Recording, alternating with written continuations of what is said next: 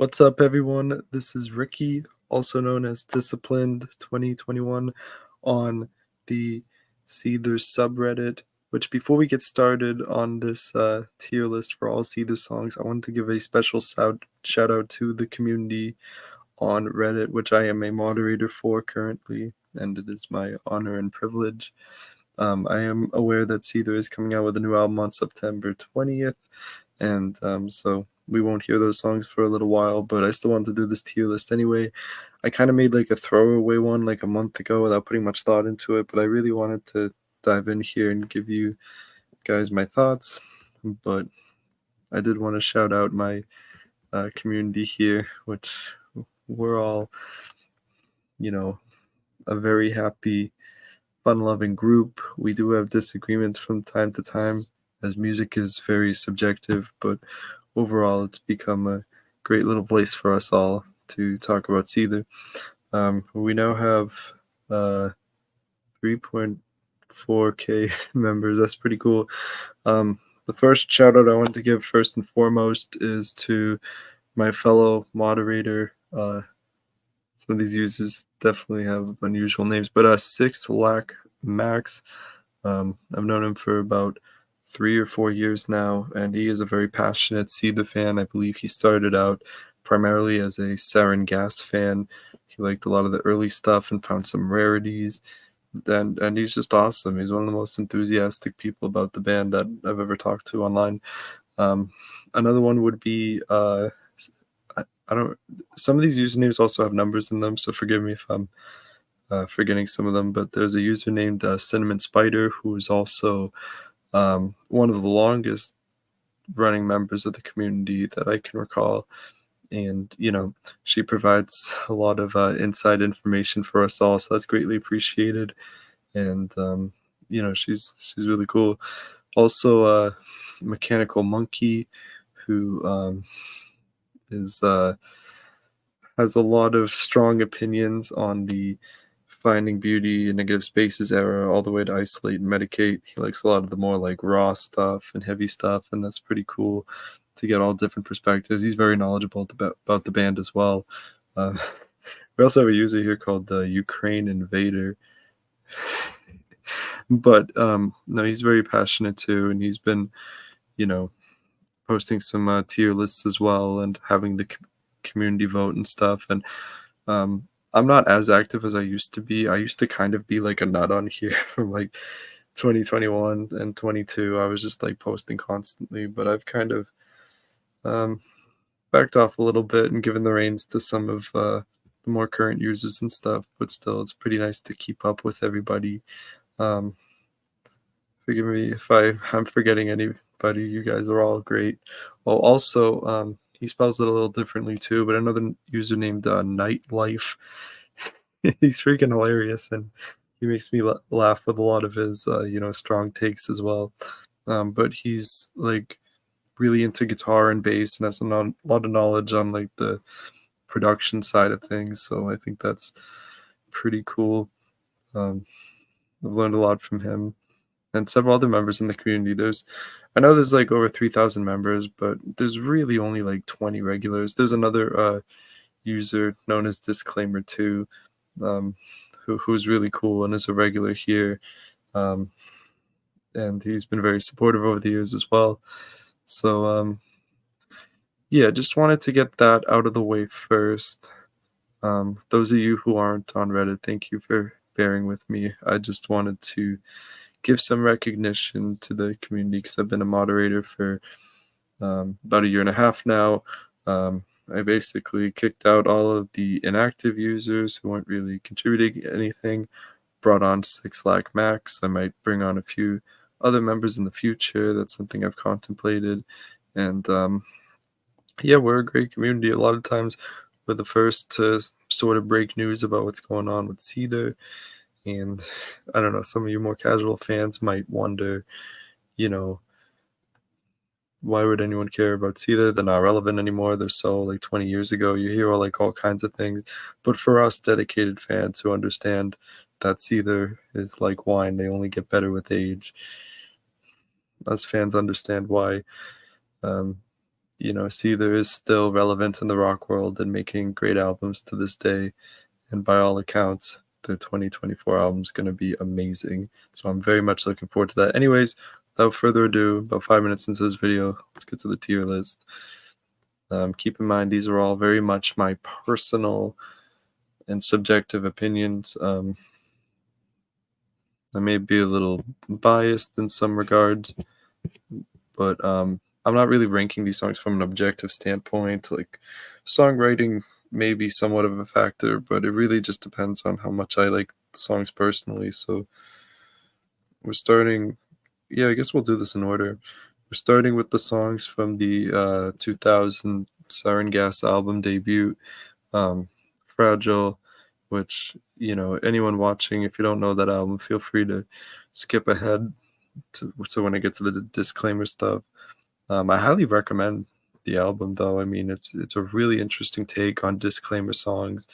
Like, these are the originals on that weren't on disclaimer, and some of those songs are great too, which we're going to get into in just a second. But yeah, it's a really raw sounding album as a whole, and Sean Morgan sounds so like energetic and just young and hungry, and really wearing his heart on his sleeve on this one.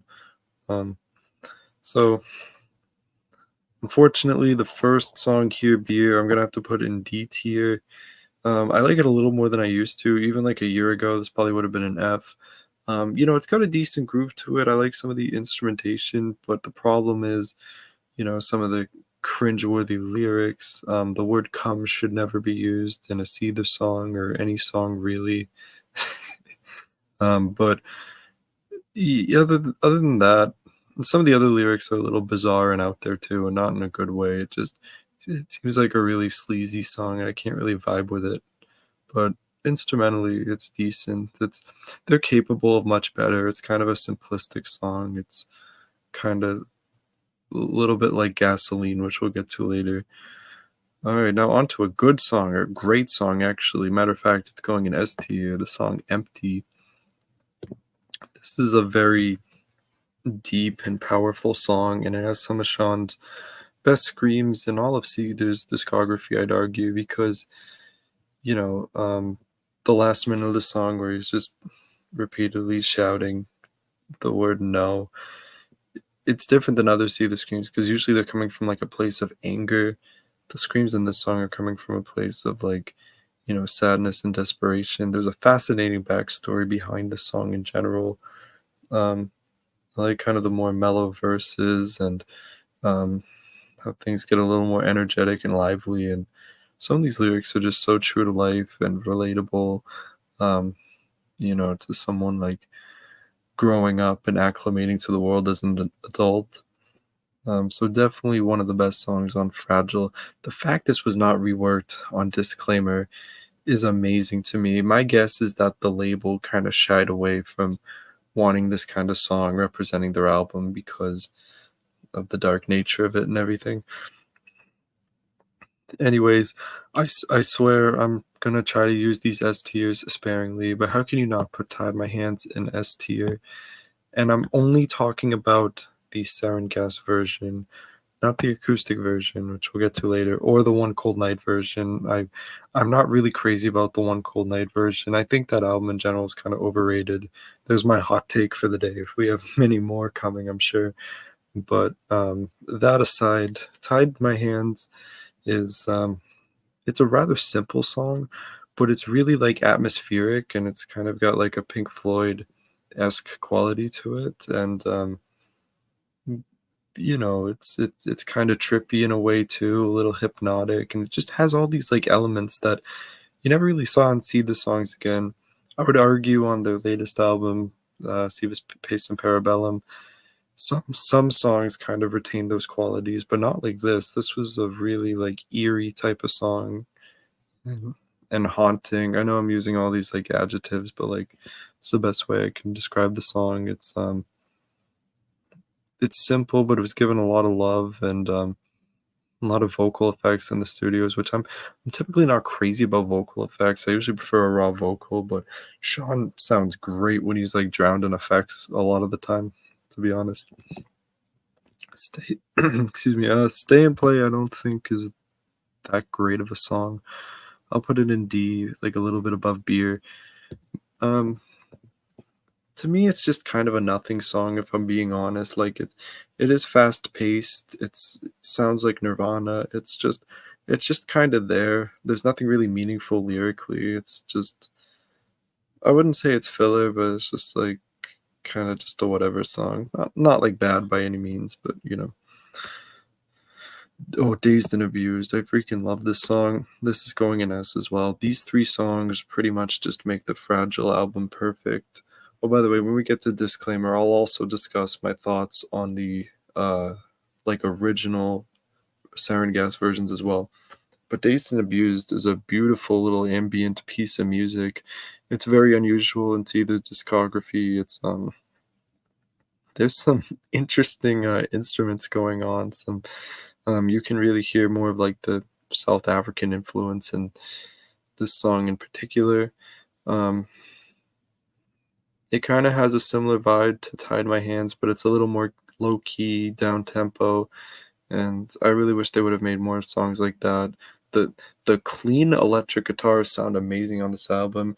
Sometimes you notice like when a song on Fragile kicks into like distortion, it sounds kind of demo-y, but they got that clean guitar sound down, like in some of these like verses and stuff. Um, really good song. Nothing super complex arrangement wise, but it just always really resonated with me. All right, I'm gonna be honest. I think the acoustic version of "Tied My Hands" is pretty awful. The Sarin Gas one, anyway. It kind of stripped away what made the song unique, and it Sean's really straining vocally in this version for some reason.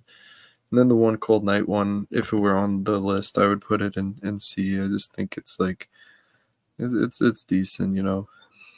Senseless Tragedy. I gotta be honest, I'm putting it in F tier as well. It's not that bad necessarily. It's just we'll talk about the song Crash later. It reminds me of that song, and that's like one of Seether's worst songs in my opinion.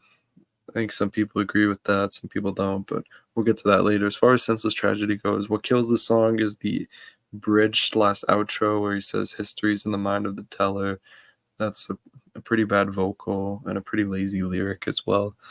Um, some parts of the song are decent. A few years ago, I used to really like this one, but it has grown off me, you know. Not really a fan of it anymore. All right, so we're done with the fragile stuff. On to disclaimer.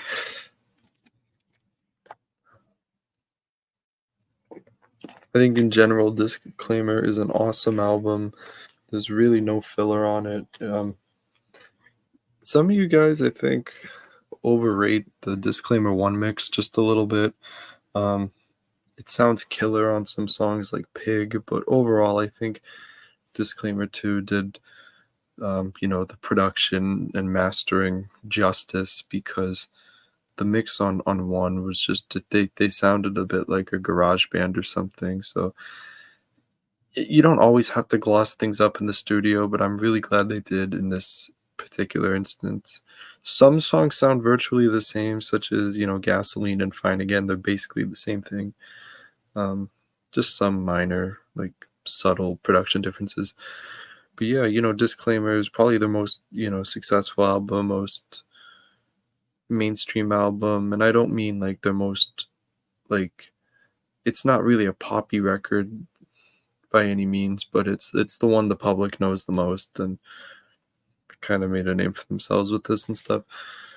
The one of the users I mentioned on Reddit, Mechanical Monkey, described this album perfectly one time and said that Disclaimer is basically like a tale of two stories. Like one half of it is like these like 90s types of grungy tunes and paying homage to Nirvana and stuff, Pearl Jam, Soundgarden, and the other half is kind of more like contemporary, like sounding a bit like Drowning Pool, Finger Eleven, and other like wind up artists and stuff. Um, so anyways, let's get started here. Gasoline I think it's just a perfectly average song. I'd give it a C. They need to stop opening with it at their concerts. Like, just let it go, guys. It's a 20-year-old song or longer now that wasn't even particularly popular. The main riff is really cool. It's a great start to the song, but that chorus is just like there's really not much substance to it. Um, it's kind of a joke lyrically against some good instruments, but I can't get behind this one too much. It's not bad, but I think it's quite overrated to tell you the truth. 69T is a good song. I'd put it in B tier. Some people really like this song, and I've even seen people refer to it as their favorite SEETHER song, which, it definitely has a nice, like, sarcastic and witty quality to it with some of the lyrics. It's a great riff to start the song. Once again, it kind of has a bit of a like the chorus is just kind of mid, kind of like with Gasoline. It's the worst part of the song. The rest of it is really cool though, and a nice solid little grungy type of song. Fine Again, okay, I'm gonna get some flack for this. Before we get to Fine Again, I want to talk about the sarin gas versions of these songs. I think the sarin gas version of Gasoline is a little better. It's a little more upbeat and stuff. And the 69T one is virtually the same. There's only some subtle differences, like it starts with a clean guitar instead of a distorted guitar, and there's no guitar solo in the Sarin Gas one, so it's a little more like bare bones. Fine Again. Okay, look, here's the thing. I really like the Sarin Gas version, and if that version were on the list, I'd put it in B. Um, I think it's really well written. I understand it's resonated with a lot of people, and it means something mainly because of like the whole like failing to stay sober and that sort of thing, and how relatable that can be for a lot of people. But the disclaimer version is pretty terrible, to be honest. I'm putting it in D tier. And the main reason is, and I'm not even blaming Sean, I understand there was a lot of trouble, making this first disclaimer record, how they were in the studio for 3 months, and there was just a lot of bad decisions being made. But this is not a good vocal performance in this song, at least in this version. He's so much more passionate and lively in the Sarin Gas version, and it really takes away from the message of the song when the vocal delivery is so like lethargic. Um, and it just sounds like they made it really sound like a radio rock song, and it's lacking all of the elements that the Sarin Gas version had, which was a lot more like vulnerable. Where I don't know, in this version, you almost get some weird like tough guy kind of vibes, if that makes sense.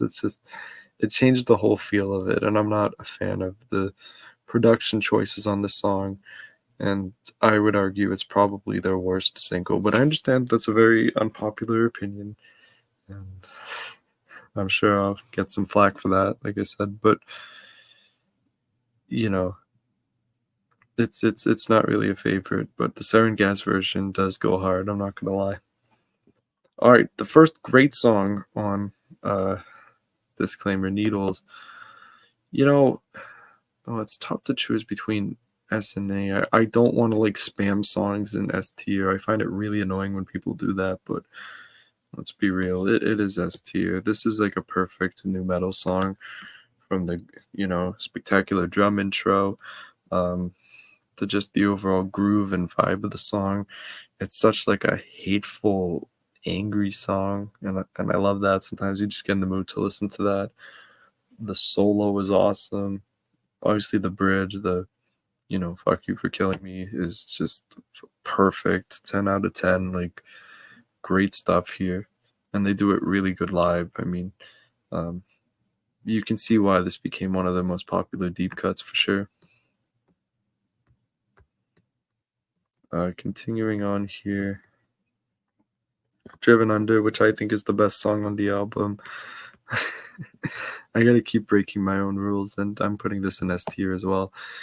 And if I have to, I'll make like an SS tier and narrow it down to like a few favorites because you know I think that will be necessary at some point. But yeah, Driven Under is an amazing song. The Sarin Gas version's really weird though. That would probably be in a D tier.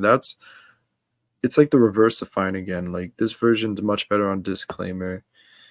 The Sarin Gas version has an entirely different chorus and bridge, which, you know, is more like a screamo type of thing, and it was really like jarring to hear for the first time. But here it has just a really melodic and beautiful kind of haunting chorus with the whole like, she told me she had a gun sort of stuff. The bridge is improved here.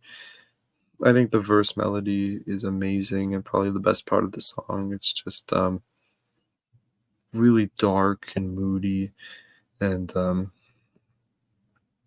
yeah, I've always really liked the song. It's my favorite song on Disclaimer.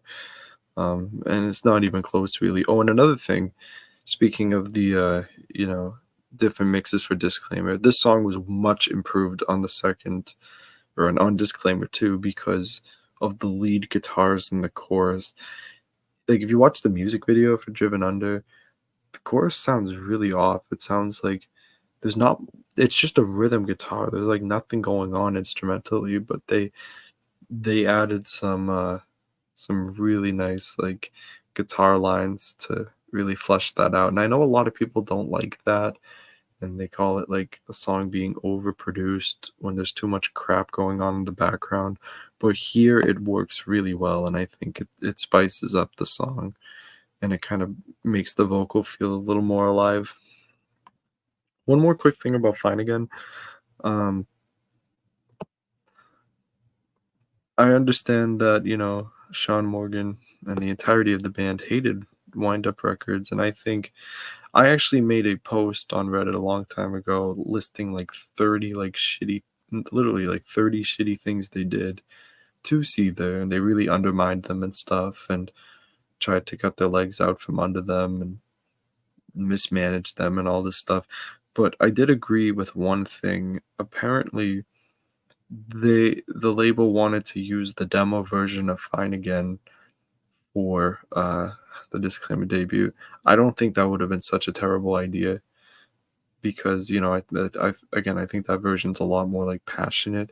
Something similar also happened with My Immortal by Evanescence. They wanted to use a demo version on the album, which they ultimately did, and that was a decision I'm pretty pleased with too because the vocals better on that song than on the band version, like where the guitars come in like 3 minutes in. I will fight anyone on that. The version with like the vocal from uh their independent 2000 album is much better. But I'm going on a tangent here. I'm going to try to move through this a little more quickly if I can because we're like 25 minutes in and I'm not even halfway through Disclaimer. Pride's S tier as well. I swear this will be the last S tier on Disclaimer, but they just so happen to get 3 awesome songs in a row. Talk about underrated. They barely play this song live, which is unfortunate. That by the way, that is a quick little complaint I have about Seether. For as much as I love them, I have, and we talk about this a lot on the subreddit. I have never seen a band that refuses to play deep cuts the way they do. I mean, it's terrible. Like you take any other band kind of similar to them, such as Breaking Benjamin, Rise Against, Korn, Deftones, Tool, you name it. Pearl Jam, they all do, especially Pearl Jam. They all do like deep cuts. They play their hits, sure, but like they switch up their set list. With Seether, it's the same 12 songs in the same order and nothing new ever. It's a shame for the fans because Seether's fan base is very passionate and I don't think it's as big of a percentage as they think it is of people who want to just hear the hits. Even if, say, you have a 12-song set and you play 9 or 10 hits and you play 2 or 3 deep cuts, That would be acceptable if there was, like, a rotated list of deep cuts. Because I mean, I don't know, nobody wants unless you only know, like, a few songs from the band, you don't wanna just go to a concert and hear what's on the radio constantly. You wanna go and hear the songs that, you know, speak to you and stuff, and I understand you can't please everybody, and playing the hits appeals to the broadest crowd, but they just do it to such an extreme. It's really irritating, but that's besides the point. Let's talk about Pride.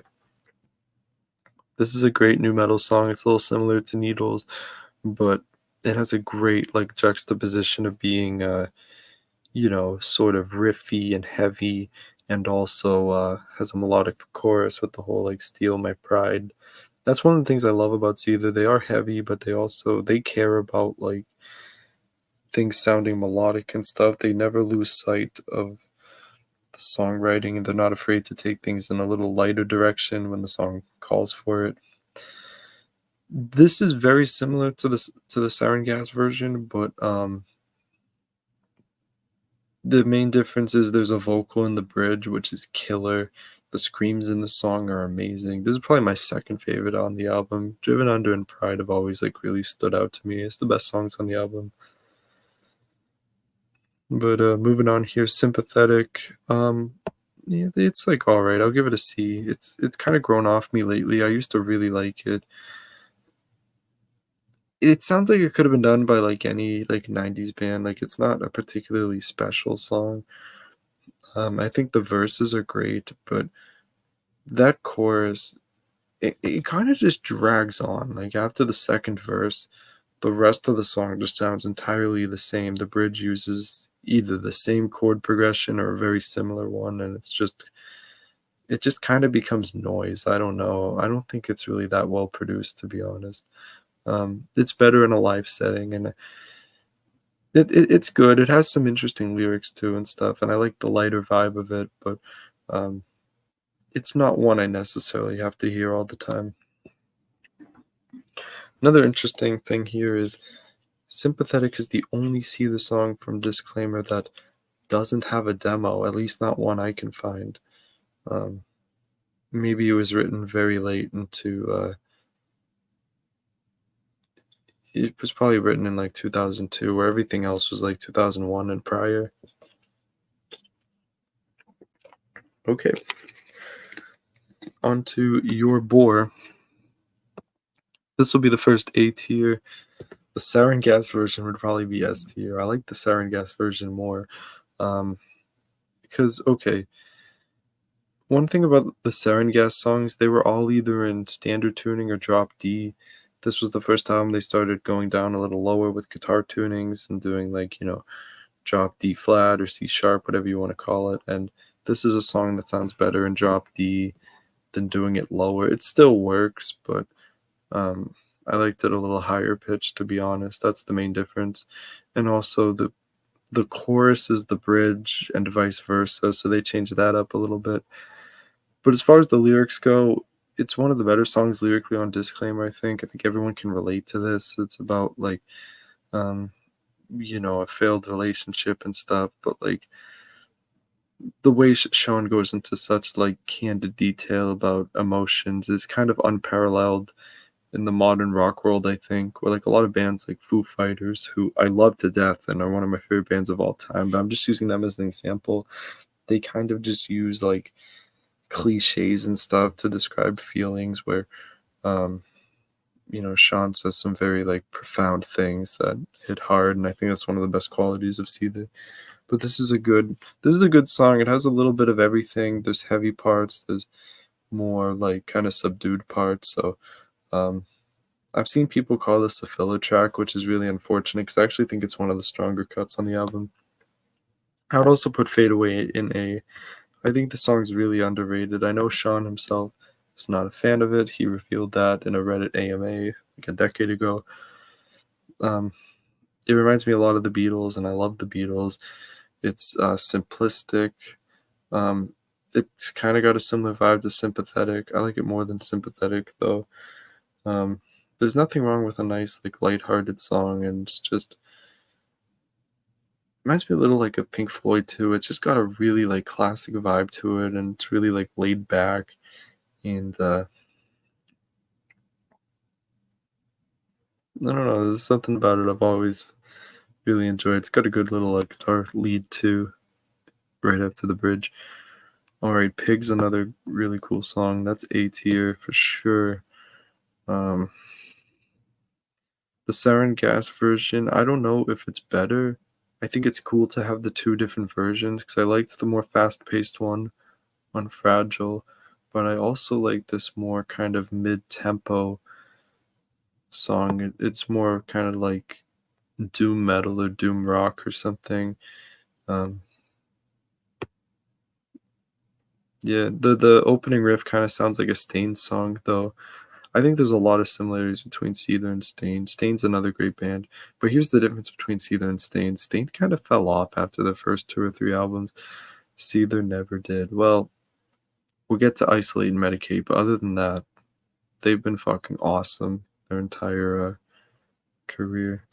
Wow, we're already a half hour into this thing. I could talk about this band all day. All right, fuck it. Put it in C tier. I like it a little more than I used to. My biggest problem with the song is the verses don't really match what's going on with the chorus.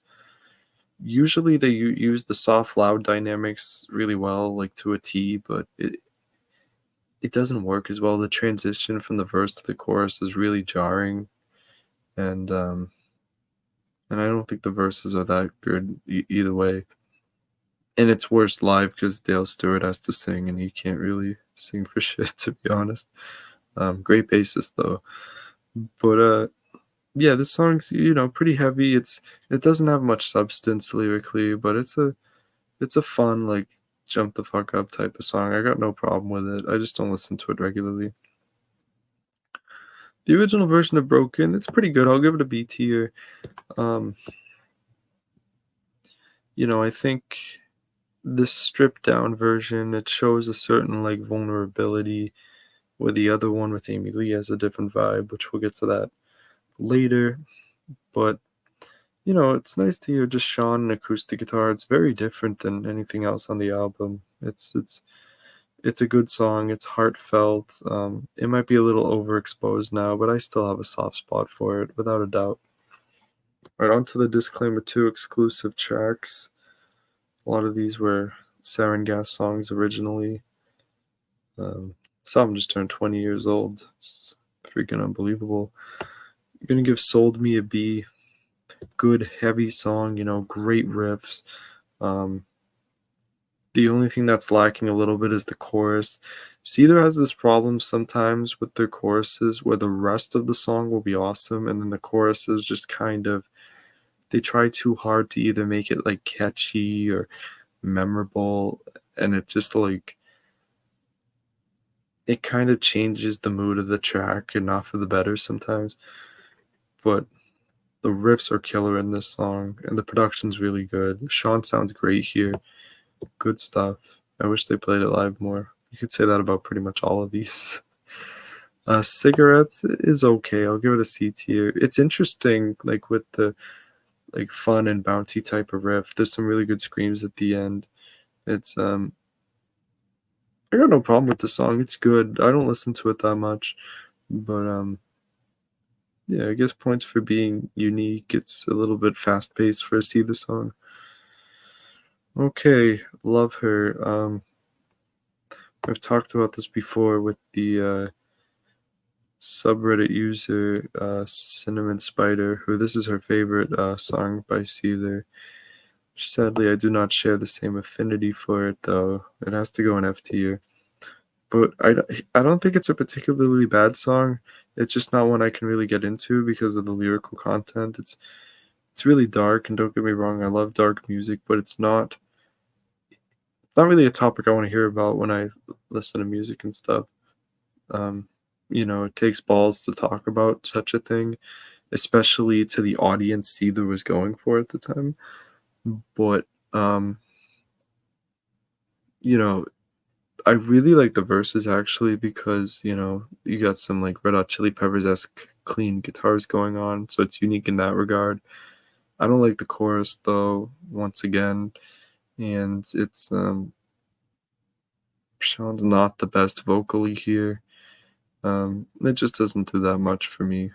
And it's one of the few Seether songs I don't even have on Spotify, so if it's not on my Spotify playlist, it's in D or F, basically. Take Me Away is a D. The Sarin Gas version is okay. Um, and I actually kind of like the more chill, laid back vibe where this sounds like it could have been a Nirvana unplugged song, but here it just kind of sounds like Nirvana worship. It's not really that memorable, this version. Um, Got It Made is an interesting one because you're going to hear me say this a lot. It's got great verses and a really boring, mundane chorus. Like, they were really onto something with, like, the drum work in this song's incredible, and the verses had a nice haunting melody, but the chorus is just so bland and like anything any band like, Creed would come up with or something. It's just not great. And it's really long and it kind of drags out. Out of My Way is one of the worst Seether songs of all time. It's definitely an F. Sean sounds horrible vocally here, like he has a cold or something. When he screams Out of My Way, it's really cringy. This was made for like a soundtrack or something, so they were probably just pressured to write some like generic heavy song, and it's pretty much trash. It may, well, I have to see what else is on here, but I may end up declaring it the worst Seether song of all time. Hang On's a cool song. I don't know if I can give it a B. I kind of want to because, well, it's the first song Seether ever made in drop C tuning, so it's, a little dark and brooding, which is cool. There's not really much to it substance-wise. It's a little generic, but at the same time, I vibe with it, and it's just a little repetitive. But when it comes on, like when I listen to Spotify, I listen to like shuffle all the time, and if Hang On comes on, I'll certainly listen to it. It's not bad at all. Reminds me a lot of this song, Burrito, which it looks like we're getting to soon. And there's a reason for that. They wrote those Hang On and Burrito around the same time in like 2002 or so. Um, you know, Looking for a song to fit on a soundtrack. And that's why like the verse melody is like basically identical in these two songs. All right, on to Broken featuring Amy Lee. I believe this is the superior version. I know not everyone feels that way, but I love Amy Lee. Yes, guys, you can live in a world where you can like Sean Morgan and Amy Lee. You don't have to choose sides. I don't know why people get all like personal with it and like just take sides over a relationship that ended nearly 20 years ago that they know nothing about and it has nothing to do with them. But that's the internet for you. But yeah, Amy Lee's a great vocalist. I don't care what anyone says. And these two play off each other very well here. The string accompaniment in this song is incredible. They really went all out here, and it makes the song much more dramatic. I think the song works really well in this setting. It's a great little power ballad, and I quite enjoy it. You can see why this became their biggest hit for sure. All right. Let's see. We're on to our Karma and Effect now. This is another really good album. I would put it on par with Disclaimer. I might actually enjoy Disclaimer a little more, to be honest. But Karma and Effect is interesting because it went the unusual route of a band going heavier on their second album. You don't see that a lot, but a lot of that had to do with their lead guitarist, Pat Callahan, who really is the highlight of this album, if you ask me. His guitar work is incredible, and he really shines on some of these songs, and this album's really well produced. But we're just going to talk about these songs individually, one by one. Let's start with Because of Me. Because of Me is a banger. Let's go in an A tier. incredible riffs, great guitar work, some awesome like primal screams. The chorus is great, catchy. This song just has everything. It's a great opener and one of their best. I'm tempted to put it in S tier. It's like just a notch below that for me. It's a great start. Remedy's a tough one for me because it has a special place in my heart. It's one of the first Seether songs I ever heard, but these days, I just think it's kind of ordinary, to be honest. Uh, I'll still put an A tier. You gotta respect it because it's reached a lot of people, and that riff does go hard, but it it's a little repetitive, but um still solid song for Seether, and you can see why it became such a hit. Truth, I'm a little torn on it. I'm gonna put it in C because I don't really listen to it that much. I think the best part of the song is the little like pre-chorus riff. That's pretty creative, and the solo. Sean definitely delivers a passionate vocal performance. There's nothing wrong with the song objectively. I just can't really get into it too much, but it's definitely not bad by any means. The Gift has to go in A too. I guess from what I'm understanding, a lot of people don't really like this song these days, but um, it obviously has a very powerful like lyrical message. I love the guitar leads in this song, and you can tell they put a lot of time and love and care into the song, and making it sound as perfect as possible. Um, it For a power ballad, it has a lot of like grit and emotion to the chorus and stuff, and everything seems genuine about it. Like I can see how some people would argue like a song like Broken might be like a little manufactured and stuff, but no, this song here is coming straight from the heart. You can definitely tell. Burrito, it's all right. I'll give it a C. It's got some good riffs. It's heavy. It's just to me, it's just kind of another Seether song. It doesn't particularly stand out. But again, just like Hang On, it's a song where if it's on, I certainly listen to it. I like Given. It's grown off of me a little bit. It's one of the only songs ever by Seether to be in drop B tuning, which is very low. It's kind of weird that they only did that for one song and no others. I wonder what the inspiration was for that. But it's solid. It has some really gripping lyrics. Um, it's like deceivingly heavy. It's got a good guitar solo too. Um, Sean's vocabulary is incredible, and he's like teaching me words I never even knew before. um, Definitely better than Burrito. It's a good like mid album track. I do quite enjoy it. I love Never Leaves. Never Leaves going in A tier. What a beautiful song and something very unique in Seether's discography. I know Sean isn't crazy about it because he gets very vulnerable on it, but um, I love seeing a different side to the band and showing just how melodic they can be. And it is melodic and arguably even a little poppy, but it's not like forced. You can tell it's like a sincere direction they wanted to go in for this song, and the guitar work's incredible.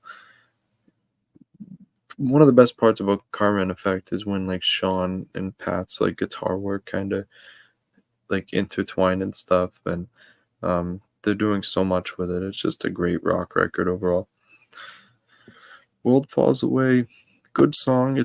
I'd probably put it in C though. It's not a personal favorite. It's a little long. Some parts kind of drag, but it's got a great beginning. The outro is like wow, just an amazing riff. Um, One thing that's interesting about Karma and Effect as a whole is like if you notice in the choruses, it's primarily just a rhythm guitar, bass, and drums instrumentally, but on later albums, we'll get to this refining beauty, but like there's a lot more like ambient sounds and like different guitar lines where this is a much more like straightforward rock record. There's not as much experimentation, but man, the songwriting is tight and it's good. Tongue's an amazing song, probably the best on Carmen Effect. I'll give it another S tier. First one for Carmen Effect. Um, Really different song for them. Little reminiscent of the Sarin Gas days. I love the lyrics in this song. It's really like how do I put it? Like it's dark, but there's like a certain like hopefulness to it. And I love the guitars in this song, and I like the way in the verses Sean's singing like real low, very low octave there. Um, Definitely a nice little experiment. Um, the chorus is really good. This song just really spoke to me. And when I heard Carmen Effect for the first time, this was the song that um, really spoke to me. It's really different from anything on the album, to be honest. I'm the One's just another okay track. This is one of my only problems with Carmen Effect. It has all of these tracks are just like really mid, and I wouldn't really care if I never hear again, but they're not like particularly bad. This song's heavy. It would probably be in B tier if it wasn't for the lyrical content. It's a nice, fast-paced song, and there's some really good stuff going on instrumentally. But one gripe I have with See This sometimes is like some of their songs, like Beer and Gasoline and I'm the One, that just has this subject matter that's really like bizarre and kind of out there. I don't really like care about it, and just kind of takes away from the music a little. But it's still got a great little groove. Simplest Mistake is awesome. That's an A tier.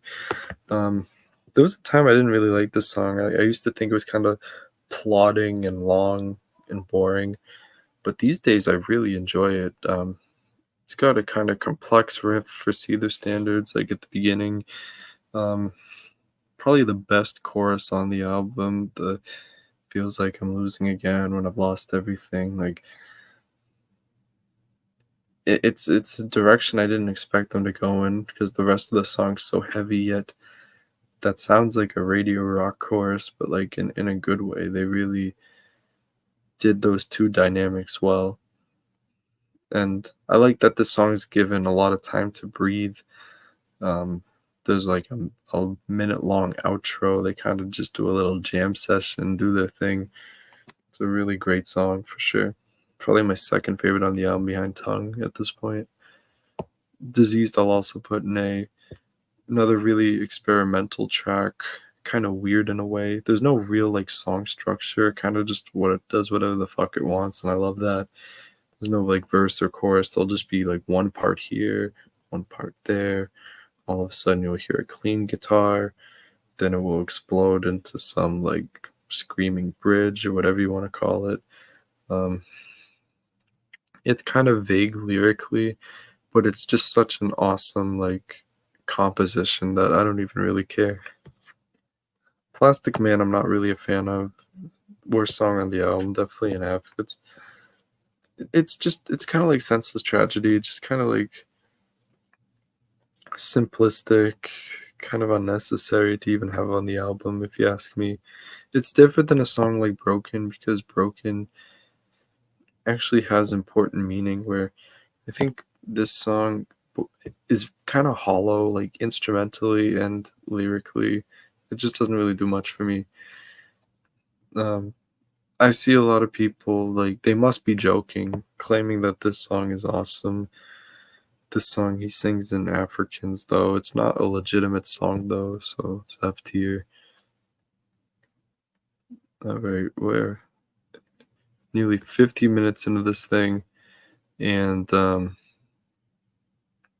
gonna be moving on to Finding Beauty in Negative Spaces.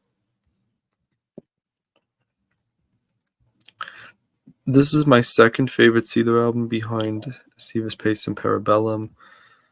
Um, this is the first Seether album I heard, and I got really into the band after hearing this. Um, it's such a different album for them compared to these first two, which kind of followed a similar path. But with Finding Beauty, they really changed their songwriting approach. They added a lot more like lead guitars, and They focused more on atmosphere and mood than heaviness, and I think that the songwriting is just so strong on this album, and the emotion is just right on point. I know it was a difficult time in Sean's life, and that probably contributed to that. But let's get started with an immediate S tier song, that being Like Suicide. This album's so good, Finding Beauty. It has no filler. Like, you could make an argument that like every song is S tier. Well, pretty much except for this one. We'll get to that in a few. Um, like Suicide, it doesn't have the greatest like intro. Starts off kind of like subtle, similar to like a U2 song or something, but then it just explodes into a nice dream pop or dream rock like chorus where everything's just really atmospheric. Then some heavy riffs and Sean screaming, and um, I just love the guitar work in this song. And um, you know, I guess it's about cocaine. I never really knew that until recently, but regardless, it's just a great song, great opener. Fake It is also S tier. I don't care what anyone says. People love to shit on this song now for some reason and act like just because it was a big hit that it doesn't have merit. But it's such a unique rhythm, and it's got great drums in it. Um, it's really heartfelt, despite what people say. Some of the lyrics actually really hit home.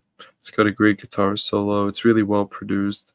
There's I really don't know what's to not like about it. People say it's like similar to Nickelback. I don't really see that.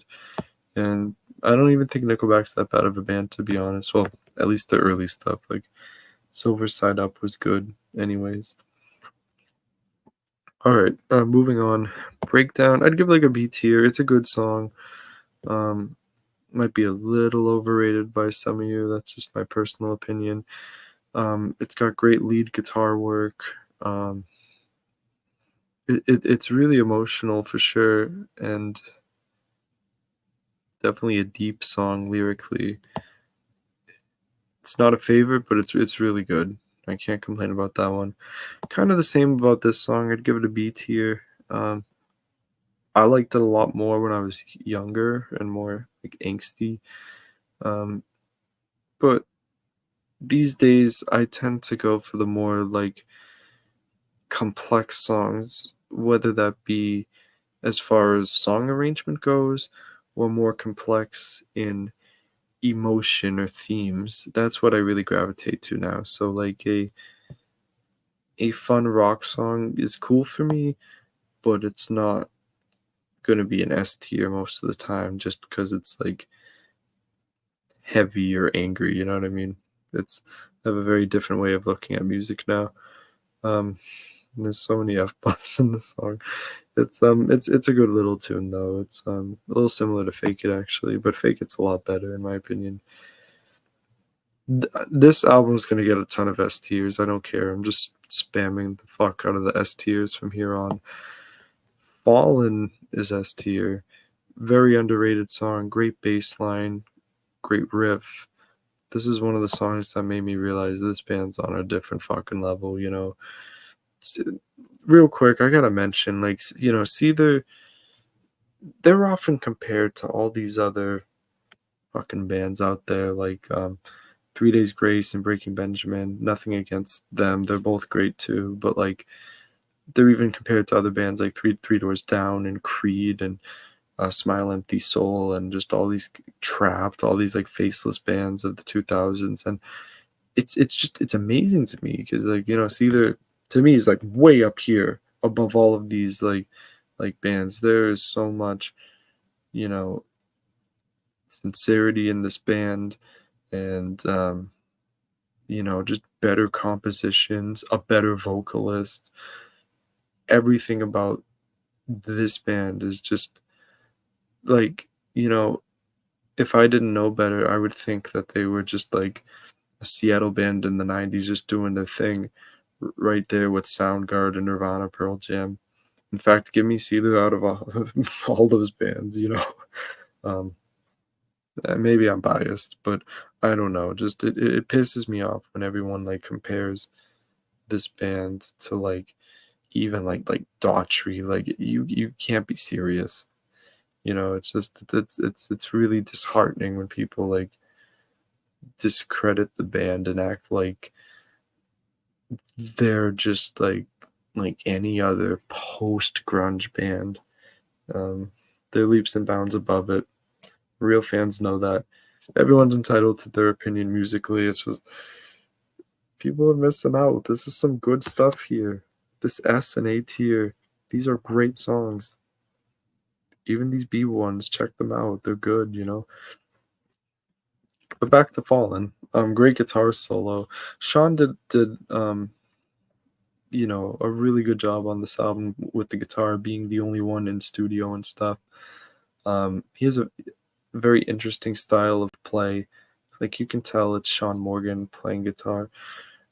I'm not gonna sit here and say he's like a great guitarist. He'll tell you he's not, but like it's just it's a unique and recognizable style, and he does an admirable job with the guitars on this album, I think. Um, so yeah, Fallen's got a great groove. Lyrically, it's very similar to Gasoline, but it's got better production than Gasoline, and it's more interesting musically. So it's an S for me, and it's a little nostalgic. I'm not gonna lie. Rise Above This is an absolute S tier. I know not everyone likes this song either. Yeah, a lot of people say it's like too mainstream or whatever, but you know, obviously the song is a very important message, and you know, one I think a lot of Seether fans can relate to, and it's actually an uplifting and inspirational song. It really fits the whole theme of finding beauty in negative spaces really well, talking about like rising above any sort of like mental health issues. And the song does a great job in expressing that. Now, aside from the lyrics, which are some of the best in Seether's entire career, if you ask me, I'm going to charge my computer. Um, the guitar works really good in this song. There's some nice guitar leads. I guess the intro slash chorus riff is based off 1979 by Smashing Pumpkins. Um, it kind of sounds like a little bit of a pop punk riff. It was kind of interesting. Um, my only problem with the song is they don't do it well live at all. Some songs really need to stay in their original key, and they put it down to drop C live, presumably because Sean can't hit the notes on a regular basis vocally. So we have to hear this really bad live version all the time. So that's too bad. But it's a great song overall, you know. No, Jesus Christ is fucking amazing. It's my favorite Seether song of all time, without a doubt. It's the longest song. It's I love songs like this and Simplest Mistake and The Gift, and we'll talk about Emotionless later. These like 5+ minute songs that like, you know, it gives you a lot of time to really get enamored and enthralled with the song, and um you know, it it, it gives the song a lot of like space to do a lot of different things, add a lot of different parts. Things just flow in a much more natural direction, where a song like I'm the One, for instance, feels kind of rushed in comparison. But yeah, 7 minute song, but it's not just because of the length, because you can make a 7 minute song of shit as well. But here, there's just so much going on. It starts with a great bass guitar riff. The first 2 minutes are really ominous, and like the song reminds me a little bit of Tool, a little prog like at times. It gets heavy. It has another melodic chorus with like You Keep Taking Over. I'm a sucker for these types of songs where like the majority of the song is heavy, and then you just get this chorus that is just like ear candy and like something you hear on the radio. Bands that are able to do that are super rare, I think. At least ones that do it as effectively as Seether. The outro is really nice. It's haunting. The clean guitars sound great on this album. Um, this is one of the earliest instances of Sean's voice being drowned out in vocal effects, the Leslie effect in particular. We end up hearing more of this on Poison the Parish and especially Parabellum. Um, Sean's voice with vocal effects is just like otherworldly. This song's amazing. This is the best See the song ever. I will die on that hill. In fact, it's getting its own tier. It is leaps and bounds. Oh, what did I just do? Okay, we gotta fix that real quick. I goofed up a little bit there. I meant to add a new tier. Oops. Bear with me for a second. So no Jesus Christ is going back here.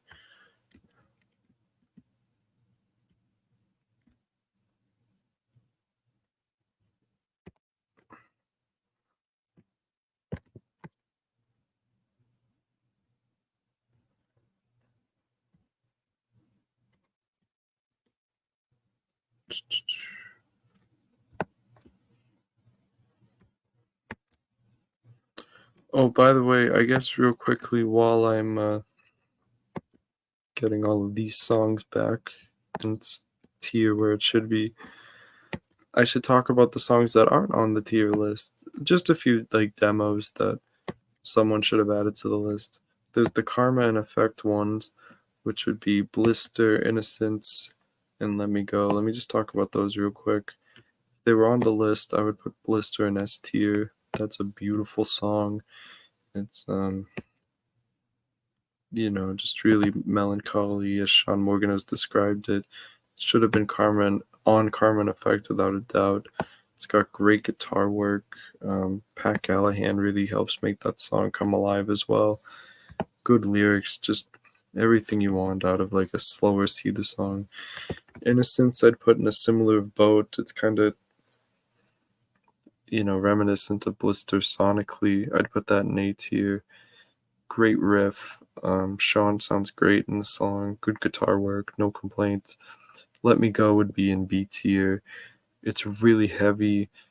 Probably the best guitar solo in Seether's entire discography, again, because of Pat. Good chorus, good heavy guitars. It's not like the best song ever, hence being in B tier. And then the song No Shelter, which was written more around the Finding Beauty Negative Spaces era, it ended up being used on the NCIS soundtrack. I would put that on A tier. That song's a lot like Fallen. In fact, some of the riffs are nearly like identical and stuff, even like some of the vocal melodies, but I would give that an A tier. It's still a banger.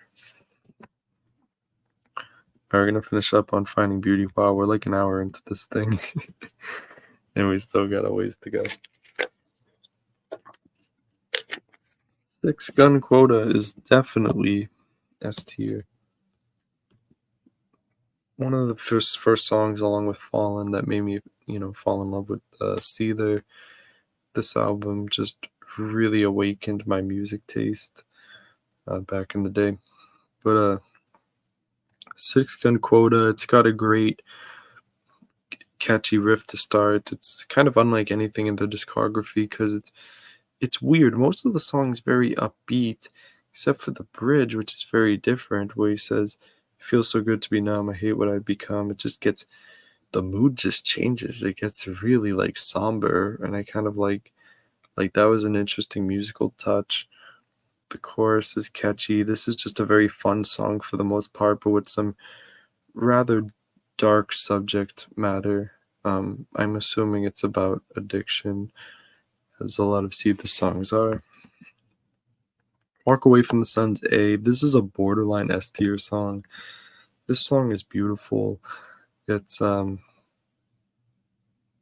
semi-acoustic, which they do very well, but there's like a piano in the song, some really kind of more quirky instrumental elements for Seether. They definitely experimented on this one. It's got a great guitar solo. The only part I don't really like is the bridge where he says, "You're fading with every day." Sean's straining a little. vocally, so I could do without that part, but the rest of the song is great. That's everything I wanted to say just about Finding Beauty as a whole. Sean sounds amazing vocally here. Like on Disclaimer and Carmen Effect, Sean's even talked about this before. He's kind of more emulating grunge artists, which isn't like vocally, which isn't as authentic. He just post Carmen Effect or post One Cold Night, I should say. I think he gets so much better vocally. I know everyone else says he's best vocally on these two albums, but I disagree. When he starts using his natural voice and he's not forcing the grunge shit, as much as I like some of these songs, it just opened a whole new world for Seether because his natural voice is so much better than when he's like imitating Nirvana, you know what I mean? Eyes of the Devil is definitely A tier too. Um, Another great experimental song, and as many people pointed out, the best drumming of John Humphrey's career. Um, Something about this song just screams like desperation and anxiety, and I really like how they're able to exemplify those themes. It's great lyrically. It has an intense chorus, just nearly a perfect song. It's also borderline S tier. Finding Beauty is such a good album. I listen to it all the time. Don't Believe is definitely S. I can't believe I slept on this one for so long, but you know, I've noticed and I've seen other people point out too that Don't Believe and Like Suicide have a nearly identical chorus. Luckily, it's a great chorus, so I don't mind it being repeated really. This song has some great like clean guitars and the some of the effects on the guitars, they sounds very like space like, which I think is cool. It's a really emotionally deep song. It has a nice touch at the end with that tremolo guitar like sort of ringing out. They do so many like spontaneous things like that on this album. Yeah, Don't Believe's awesome. It's definitely a highlight of Finding Beauty. It's just another really dark and intense song, but it's like a little slower paced than Eyes of the Devil. But I'd say the two are a little bit similar, but kind of keeping those themes going, which I like. Waste is a great album closer. I'd give it another one I slept on for way too long. The guitar work is really unique in Seether's discography here, probably because Sean didn't write the riff, for me being honest. He didn't write the lyrics either. He just did the vocal for it. But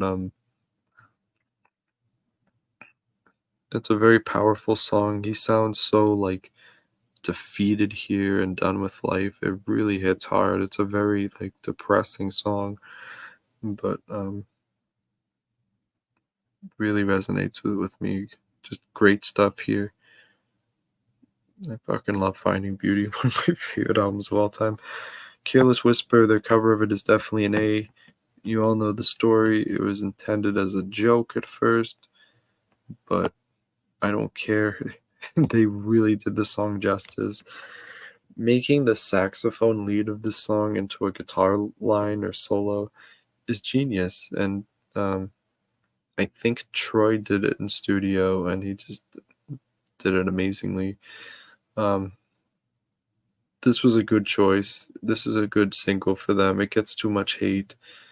It is annoying when like, you mention the band Seether to people and they're like, oh yeah, they do that song Careless Whispers. Like, oh my god, come on, man. But it is still great nonetheless. It's worthy of A tier.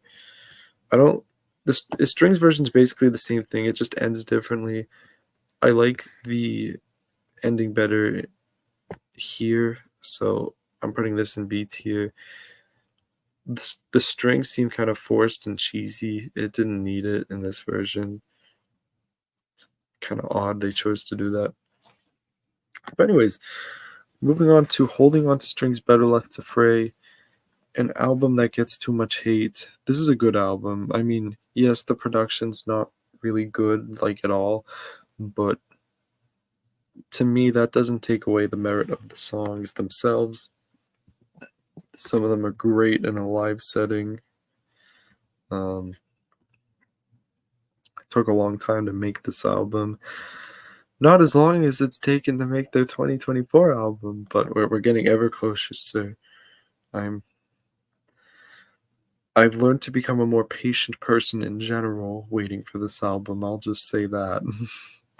If you've made it this far in the video, thank you for sticking with me. We're probably only at the halfway mark, to be honest. I'll try to speed it up a little if I can, but I'm very passionate about these songs, so I'll probably be here a little while. But yeah, if anyone's watching at this point in the video, particularly if you're an active member of the SEETHER subreddit community, just thank you. Thank you for being here, enjoying this celebration of SEETHER's discography. Feel free to let me know in the comments your thoughts and some of your favorite SEETHER songs, and feel free to let me know all of the takes I have gotten wrong, because I'm sure I'll hear some words about that. Anyways, moving on to Holding On to Strings. Now, being honest, it's not as good as the first 3 albums, or even Fragile or Parabellum, but I would put it above this album, of course, and even it's better than Poison the Parish, if you ask me. But we'll get to all those albums in a little bit. Let's start with Fur Q, which has a hilarious title. If you don't know what it means, say it in a British accent, and you'll understand. It's going in A tier. This, more than maybe any other song on the album, the production really holds this back. This is supposed to be a heavy song. The guitar sounds so weak. It's like infuriating. But thankfully, this is one of the songs on the album they did play live, and you can hear how it's supposed to sound, and it's just much better. One thing they should have done is the way Sean sings, will say "Fur Q" at the very end, or screams it, I should say. That should have been in the studio version. This song is kind of a mess arrangement-wise. Like, the chorus does not sound like it should be in here at all. I still like it, but it all sounds kind of like an incoherent mess. Like, they just put 3 or 4 different parts of other songs into this one song. Luckily, all the parts sound good, so I don't care that it's a little, like, janky in that regard. Yeah, it's good stuff. It's got a good mix of heaviness and melody. It's one of the heavier songs on the album, because this album is very different for SEETHER. It's way more, I don't want to say pop leaning, but maybe more alternative. Some symphonic elements in some songs, which is interesting. No resolution. It's kind of just whatever. It's a C tier. I think it starts out great. I really like the solo. It's some good work from Troy. The verses are nice. That chorus is really grating, though, where he's like, yeah, there's no resolution. Like, I could do without that shit. It has some promise, but, like, after the first, like, 45 seconds to a minute, I'm kind of done with the song. So, yeah, it's kind of lucky it's in C tier, if I'm being honest. Here and Now is fucking fantastic. It's A tier. I always thought this song sounded like a song you would hear at prom. I know it's unusual to say about a SEETHER song, but it really does sound like a prom song. There's some weird, like, romantic elements in a way. Very mature and thought-provoking lyrics in this one, and really shows that SEETHER kind of grew up with this album. Well, for a little bit before they started going back to singing Beg Motherfucker, which is a great song as well. We'll get to that later. A lot of people have said the song sounds like Wake Me Up When September Ends by Green Day. I can totally see that. It doesn't make this song, like, not awesome, though. It's great. The bridge could have been a little better. It's my only nitpick. Other than that, this is a classic. Underrated, too. And this was a single, yet, like, no one talks about it. Country song, I'm mixed on this one, because, okay, it is the second song I ever heard by SEETHER. We're about to talk about the first song I ever heard by them in a minute, but country song, if we're just judging it on the studio version, it would have to be a C because the production's really bad on this song. Um, it doesn't sound nearly as heavy as they wanted it to. Even the swampy riff and the verses sounds really like you can barely even hear it. Vocals are mixed weirdly. There's just like all sorts of crap in this song. Um, Brendan O'Brien did a terrible job. I don't know why SEETHER praises this guy. I mean, yeah, he made some great records with Pearl Jam and STP in the 90s and many others, but boy, he dropped the ball with SEETHER. And, you know, I don't know if that was just because of the record label. I'm not even going to blame it on them, though, because when they got to Isolate and Medicate, they were on a new label, and that album still sounded like ass. So that's on the producer. He fucking sucked. He didn't know what he was doing with this band. But, anyways, the live version of Country Song's pretty good. I would probably put that in B tier, but as it stands now, it goes here. Obviously, from a songwriting perspective, it's great. Really unique and interesting ideas. They never made a song like that again. Very, very ballsy of them to do, to like not have a single in years and just come back with that, you know. I really respect that.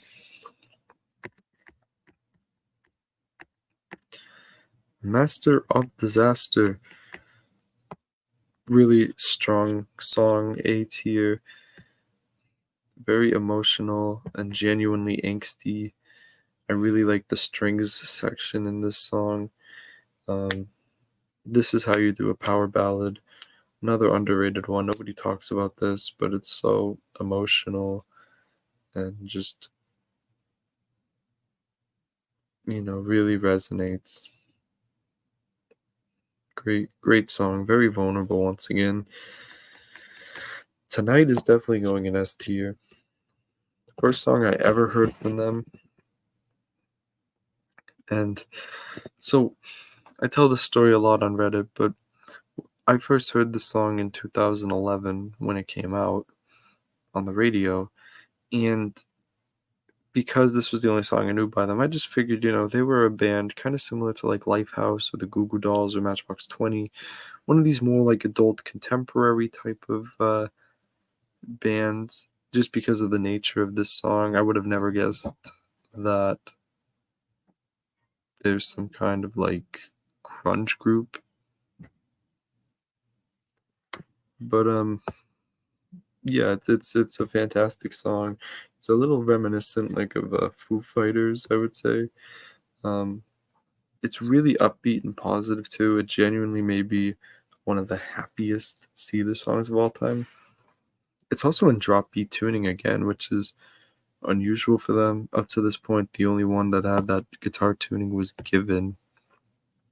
So I wonder what inspired that decision, because they don't use that tuning often. But um, instrumentally, it's rather simple, but it's a really nice change of pace for them, and I appreciate the fact we did this, or that they made a song like this during this era, because I understand a lot of people were concerned at the time that they would never get heavy again after this, and that this was the beginning of them selling out.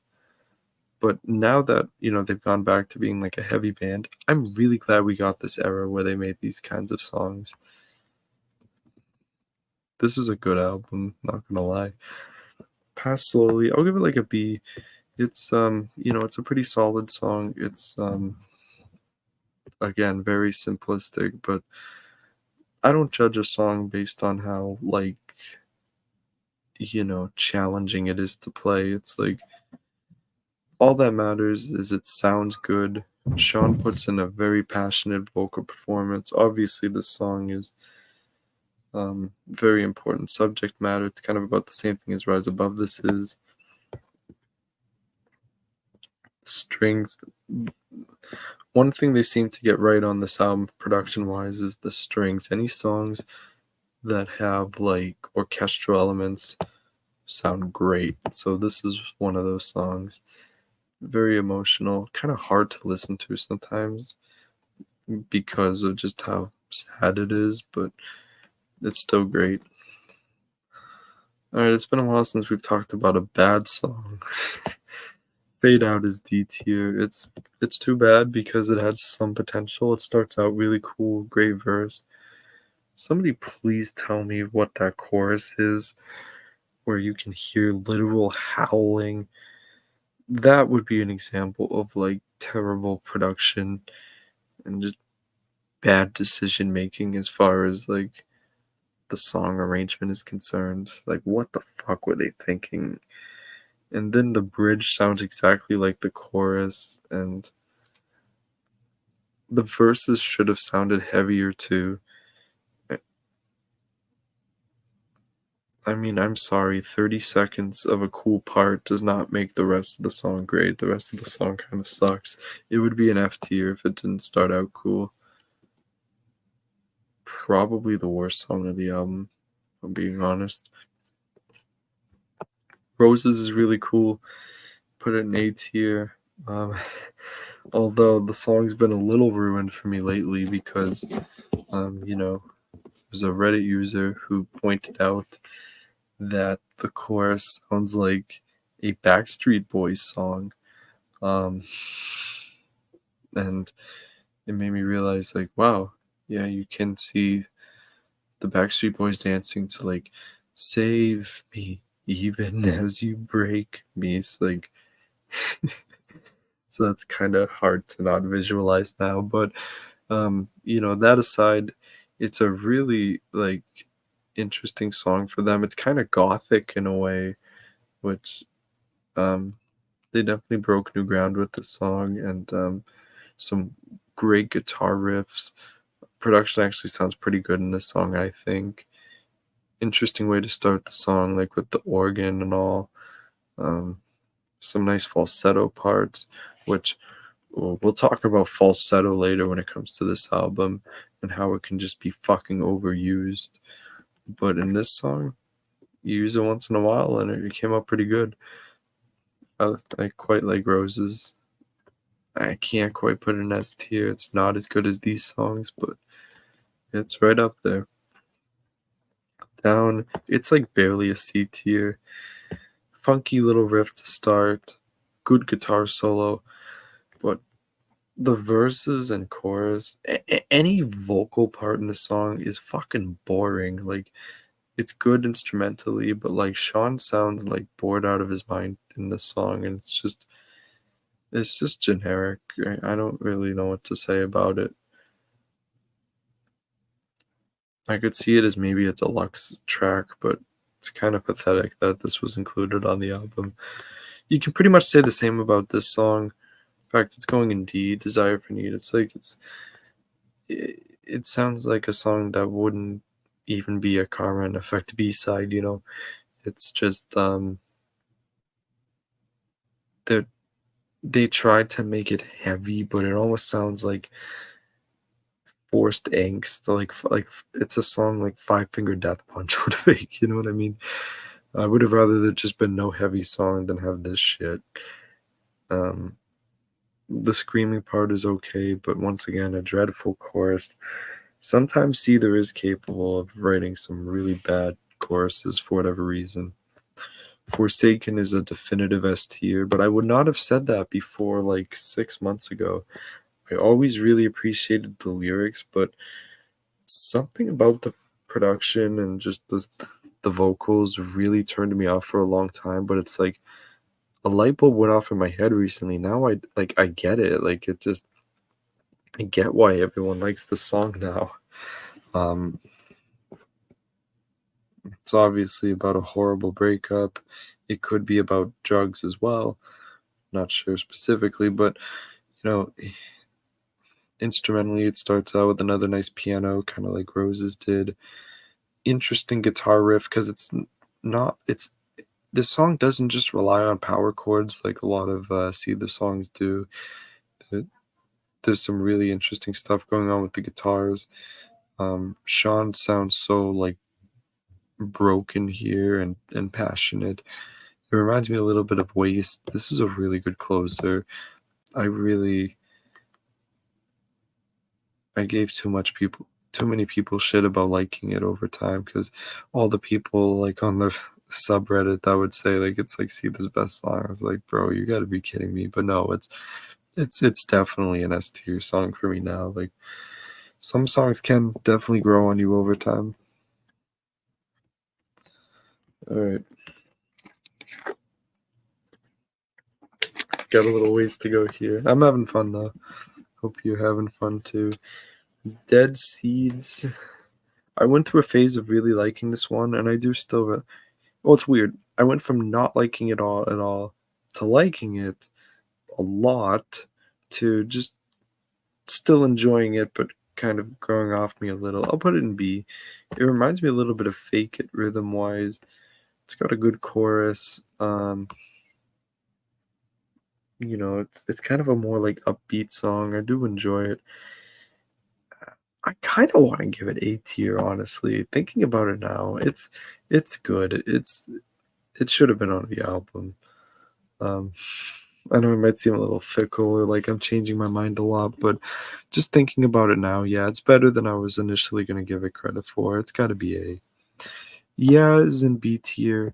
It has a nice key change at the end, which is something Seether doesn't do a lot.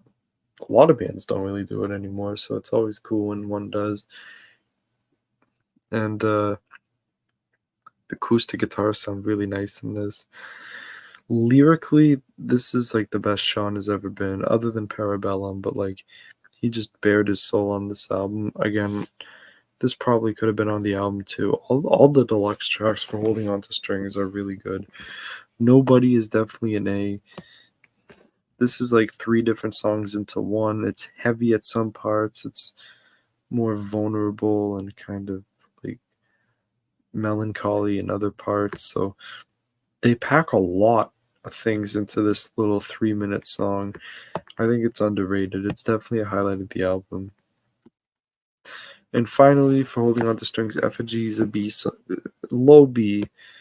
It's not particularly great, but it's energetic. It's fast paced. It's a little different. It's kind of quirky in a way. I enjoy it, but it's not like the greatest song they ever made or anything. I want to isolate and medicate. Just continuing with what I said earlier, it's the worst Seether album in my opinion. I know some people really like it. I do think nostalgia may be a factor, but if you just look at this like objectively, it's kind of a shit album. I'm not gonna lie. Like it has some good songs, which we'll talk about, but it's really inconsistent, and you can tell it was rushed, and the songwriting is just not there. And it doesn't help that the album sounds like literal AIDS. Like it's not good. It's like you can barely hear anything in the mix. Um, at least on Holding On to Strings, you can hear the fucking lead guitars. You know what I'm saying? Like, all right. But starting with See You at the bottom, it's like okay. I'll give it like a low C tier. Here's a song that was assassinated by the production. Just like Fur Q before it, this is a song that's supposed to sound heavy, but just sounds really tame in the studio. Um, but Fur Q is a much better song overall. This is just kind of paint by the numbers C there. It does have some nice screams in the bridge, but Sean sounds really off on this album vocally. He's trying to do all these weird things, like singing, like how do I put it? He uses a lot of falsetto, but it's not just that, which I do have a problem with that too, but it's more like, okay, you know the style of singing Chester Bennington used on the song Crawling in the chorus where it's not screaming, but it's just like this like bellowing. Sean does that a lot on this album, and it just doesn't work. Same Damn Life, I'll give a C tier too. It's it's a little bit better than See You at the bottom, but it's not great. Some of the riffs aren't bad, but it's Sean's vocals really suck in this song, and it's like it kind of seems like a joke song or something. Like they're not even like trying. I appreciate some of the riffs, but overall, this song is just whatever. It's kind of radio garbage. I'm a little tempted to put it in D tier, but I'll be generous, I suppose, with that one because there were some kind of cool ideas, I suppose. Words as Weapons is the best song on the album, and it's not even an S tier. I don't think, yeah, there's not going to be any S tier songs for Isolate and Medicate. Words as Weapons is going to be an A tier. People have talked about how, the verse melody does rip off from Mad World and also Gone Away by The Offspring, but I'm not sure if that's true or not. But I really like this song regardless. I think it's a nice little departure for them. The lyrics are great, some of the best in Seether's career. I feel like I say that about a lot of these songs, but they just keep outdoing themselves every single album lyrically, and they show a lot of restraint in this song. It's like um, a really mature song and definitely thought-provoking as well. Um, every part of the song is good. I like the chorus, the bridge, it all intertwines so seamlessly. Great single, great choice for a first single. I don't like My Disaster really. I'm giving it a D tier. It has some cool riffs, but verses and chorus are garbage. Basically, any vocal in this song is terrible. The falsetto pisses me off. I love the outro though. It's kind of sick. Once again, production is terrible on the song. Any song that's supposed to be heavy on this album sounds like shit. Crash is literal dog shit. F tier. We talked about this a little bit earlier with Senseless Tragedy, but they reused a not even really good riff from this fucking demo of Sarin Gas, and this is a literal pop song, and I don't mind pop songs. I love a lot of pop songs, but when it's like this blatant and the song's not really about anything, and it's just like, how do I put this? Like, okay, there's different categories of pop songs, right? There's pop songs that are trying to make an emotional or like overall important statement, and that's fine. You can use pop music to convey those messages, or if you want to have just a dumb party pop song, I'm all well and fine with those too. It's songs like this that like take themselves too seriously, and it's like a literal pop song trying to masquerade as some sort of like profound song when it's literally just like garbage. That sucks, and I really don't like this song. It's one of the worst. It's right up there with Out of My Way. Actually, I'd probably rather listen to Out of My Way than this horrible ass song. I see some people have a soft spot for it, but not me. Trash. Suffer It All is a good song. I'll put it in B tier. The only problem is the riffs don't sound good here because they're completely neutered. They don't sound heavy at all. That's the fault of production, unfortunately. I imagine it would be good live. But for some reason, Sean's vocals are mixed really well here. I don't mind the falsetto here. It works in this instance. This is a good little song. I put it in the same category as F and G, where it's like it's nothing special, but it's definitely a listenable track and kind of enjoyable if I'm in the right mood. Watch Me Drown, I don't care about. It's just Same Damn Life, but worse. D tier. Nobody Praying for Me is a pretty good song. I'll put it in B tier. The verses are really good. They're dark and ominous, kind of like borderline ambient. It's just the chorus that kind of lets it down. It's like just average. Good guitar solo. But when half the song's the chorus, and it's not bad, but it's just like, it could be any band like 3 Days Grace that made that chorus, It's just, I don't really care for that part, but I would have rather they made a song just more based around the verses. What's wrong with making a nice little quiet, haunting song once in a while, like Dazed and Abused? Keep the Dogs at Bay is such a whatever song. It's D tier. It's not like horrible necessarily, but I don't give a damn about it. It sounds like any other song from this album.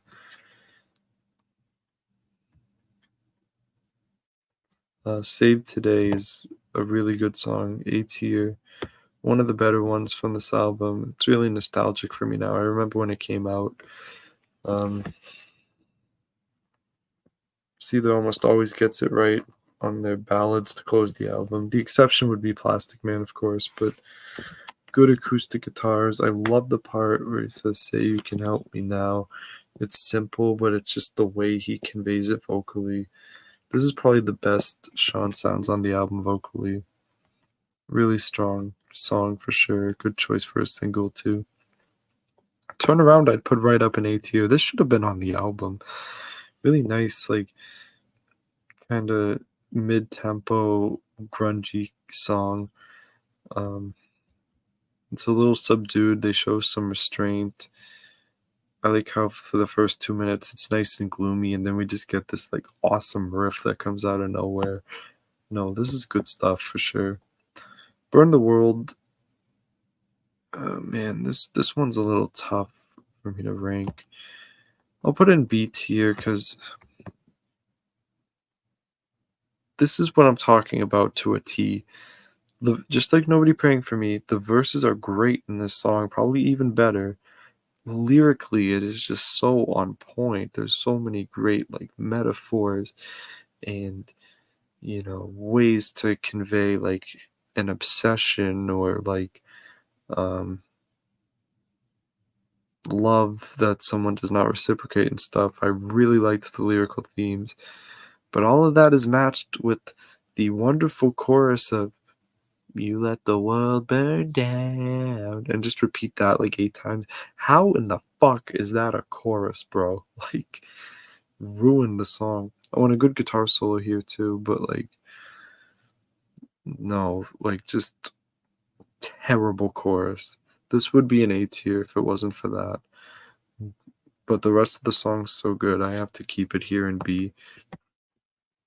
Goodbye Tonight is trash. This was just some promotional song here. Um, Sean doesn't sound good here. The other guy sounds even worse. I don't know what they were thinking here. Weeks, kind of weak, no pun intended. D tier. Here's the thing. I love the first like 30 seconds. We sing the verse, the "No more love to purchase." All of that. It sounds like it's gonna be another haunting, emotional song. I'm a sucker for those songs that actually mean something. But then the chorus just sounds terrible. Like this is the album where like the bad choruses all came to live. Like, because let's see, how many songs on this album have a bad chorus? I'd say Sam Dim Life does, My Disaster especially, Crash, Nobody Praying for Me. I don't think Keep the Dogs at Bay has a good chorus. Burn the World, Goodbye Tonight, Week. Like 9 out of the 14 songs have like either below average or just terrible choruses. That's like unacceptable. This song is really cheesy too, I think. It's not that great. Safe to Say I've Had Enough is not on this list, but if it was, I'd put it in C tier. It sounds like identical to these two songs, but it's not particularly bad. So that's Isolate Medicaid. Thankfully, we're over that shit. And here's the thing, I don't even hate the album. Like, these 6 songs in particular are solid, you know. If they put out an EP of just these 6 songs, it would be among some of their more strong work, but you have to deal with all like this shit too, which is unfortunate. All right, how far are we into this thing? We're an hour and 40 minutes in, and we still have Poison the Parish and Parabellum to go over. Poison the Parish, I do think it's their second weakest album, but it's a step above, you know, Isolate and Medicaid for sure. Someone on the subreddit recently pointed out something that I have to agree with, that they kind of sacrificed songwriting for performances and heaviness, but in this occasion, I think it works for the most part. Like, they needed a return to form, they needed some heavier production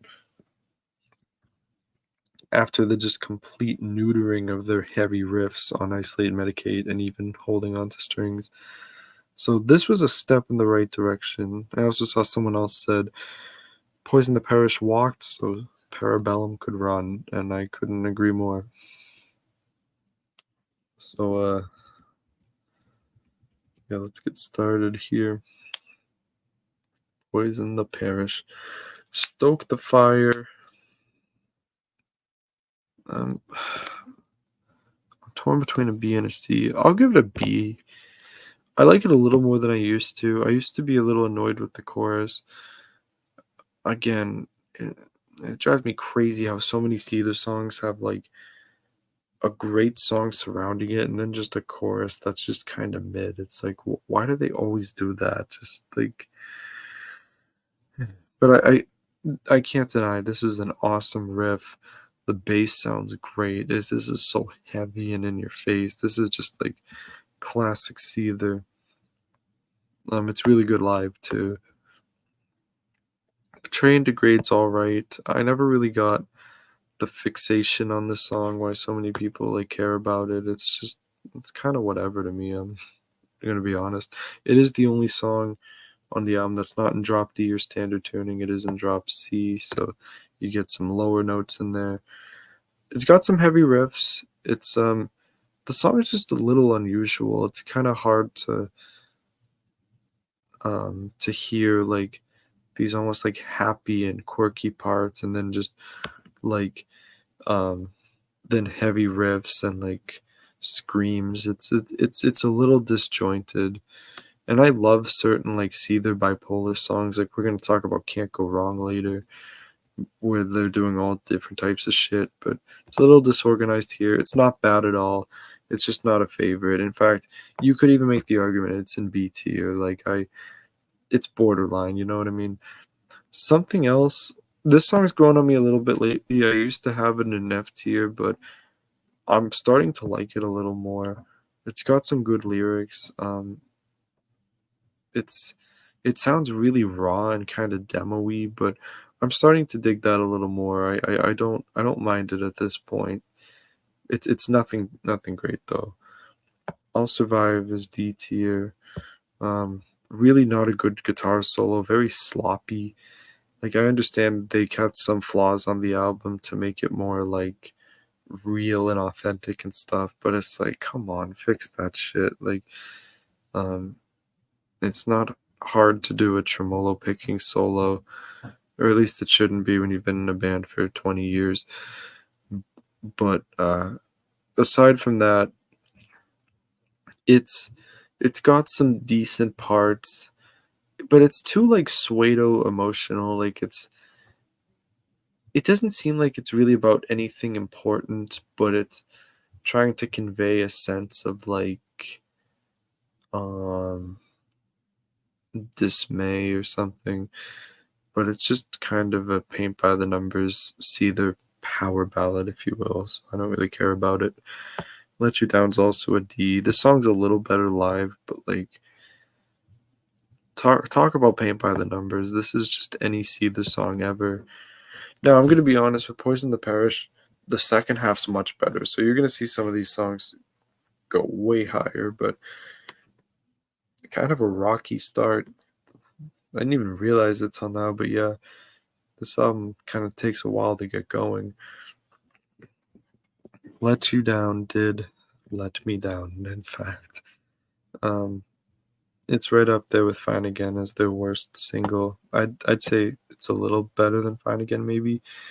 It's just, I don't care about it. It's kind of heavy, but not heavy enough, and there's not really much substance to it. It's just really forgettable to me. Baffling choice for a lead single for sure. Again, like, at least with Fine Again, I can see why people like it. and resonate with it. Why do people like this song? Almost every Seether song is better. Against the Wall's D tier as well. Very, very boring song. This version's much better. We'll get to that in a few, but this version I could really do without. Sean sounds terrible vocally here. And this is kind of a similar song to Fine Again in the sense that it's a well written song, but this particular version sounds really not good. It's I don't know, it's amazing the difference in studio techniques between different mixes because different versions of songs can sound so much better or worse depending on different variables. Not a fan of Let Me Heal, that is F tier. Just boring, way too sappy. It seems like undeserving of the emotional aspects, and instrumentally it's just so whatever. It could have been a sarin gas song, you know. It's just like really amateurish. Like I'm not trying to knock like the band or anything. They're one of my favorite bands of all time, as you can see by all of these songs that I put way up here. But this is the worst song on Poison the Parish without a doubt. Now we get into some good stuff. This is where Poison the Parish really starts to shine. Saviors is a good song. I'm gonna put it in B tier. It's heavy. It's got a good guitar solo. Great riffs. Fucking heavy. It's awesome. It's not like A tier or anything, but Nothing Left is. This song's even heavier and has some screams. It's got a nice relaxing bridge and a melodic solo. I didn't expect it to go in that direction. You don't usually get a screaming chorus from Seether. Typically that happens more in the verses, so that's a nice change of pace. I like Count Me Out too. Is it B or A though? I'm gonna put it like in a high B. This is another song where the chorus could be a little bit better. Like it's not that bad, but it could have been heavier. It's just kind of like little radio friendly, but the rest of the song is heavy, and those last like 30 seconds. Holy shit, that is like the highlight of the album. I wish the rest of the song could have sounded like it. All right, anyways, on to the best song on the album by far, and one of the greatest Seether songs like of all time. Like this is probably in my top 10 Seether songs. Dude, Emotionless is so fucking good. Why can't every song on the album sound like this? This song's amazing. It's really it's another song just like No Jesus Christ that's long and gets time to do a lot of things, and you know, it's heavy, but it also has some parts that are really like um mellow's the wrong word, but just like some great build up moments. Those verses are awesome with those vocal effects, the Leslie effect. I'm such a sucker for that, with Sean's voice in particular. Um, there's just something about this song. I like how kind of slow it is. It's like it's heavy. It's reminiscent of something by like Black Sabbath or Queens of the Stone Age or something. It's definitely kind of like stoner metal or sludge rock, whatever you want to call it. Um, Even Sean Morgan recently said in a Reddit AMA that it is one of their most underrated songs, and I couldn't agree more. This goes fucking hard. I love Emotionless, bro. Sell My Soul's a pretty good song.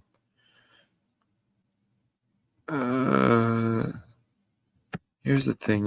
Like it's well written. It doesn't do that much for me anymore. I used to like it more. High C tier feels appropriate. I will give him credit for like doing different stuff guitar wise. It sounds like kind of like a classic rock band. Some of the guitar leads are like an AOR type of song. Um, Great lyrics. Actually, kind of think of it's B tier. It's a solid song. Good closer. No complaints.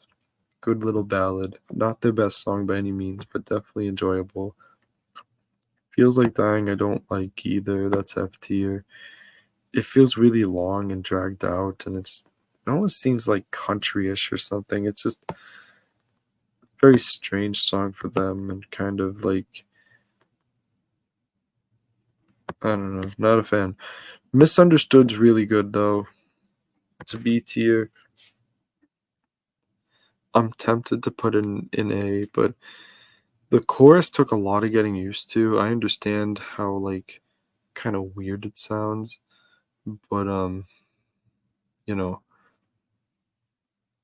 I think this song has some great lyrics and it really hits me in the feels for reasons I don't truly understand because it's just like a deluxe edition track, but like I don't know, I feel like this one kind of goes hard.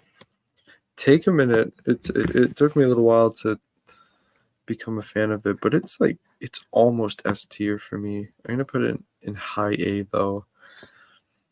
This is another song kind of like Emotionless where it gets to be like a little more experimental and kind of just take its time in building.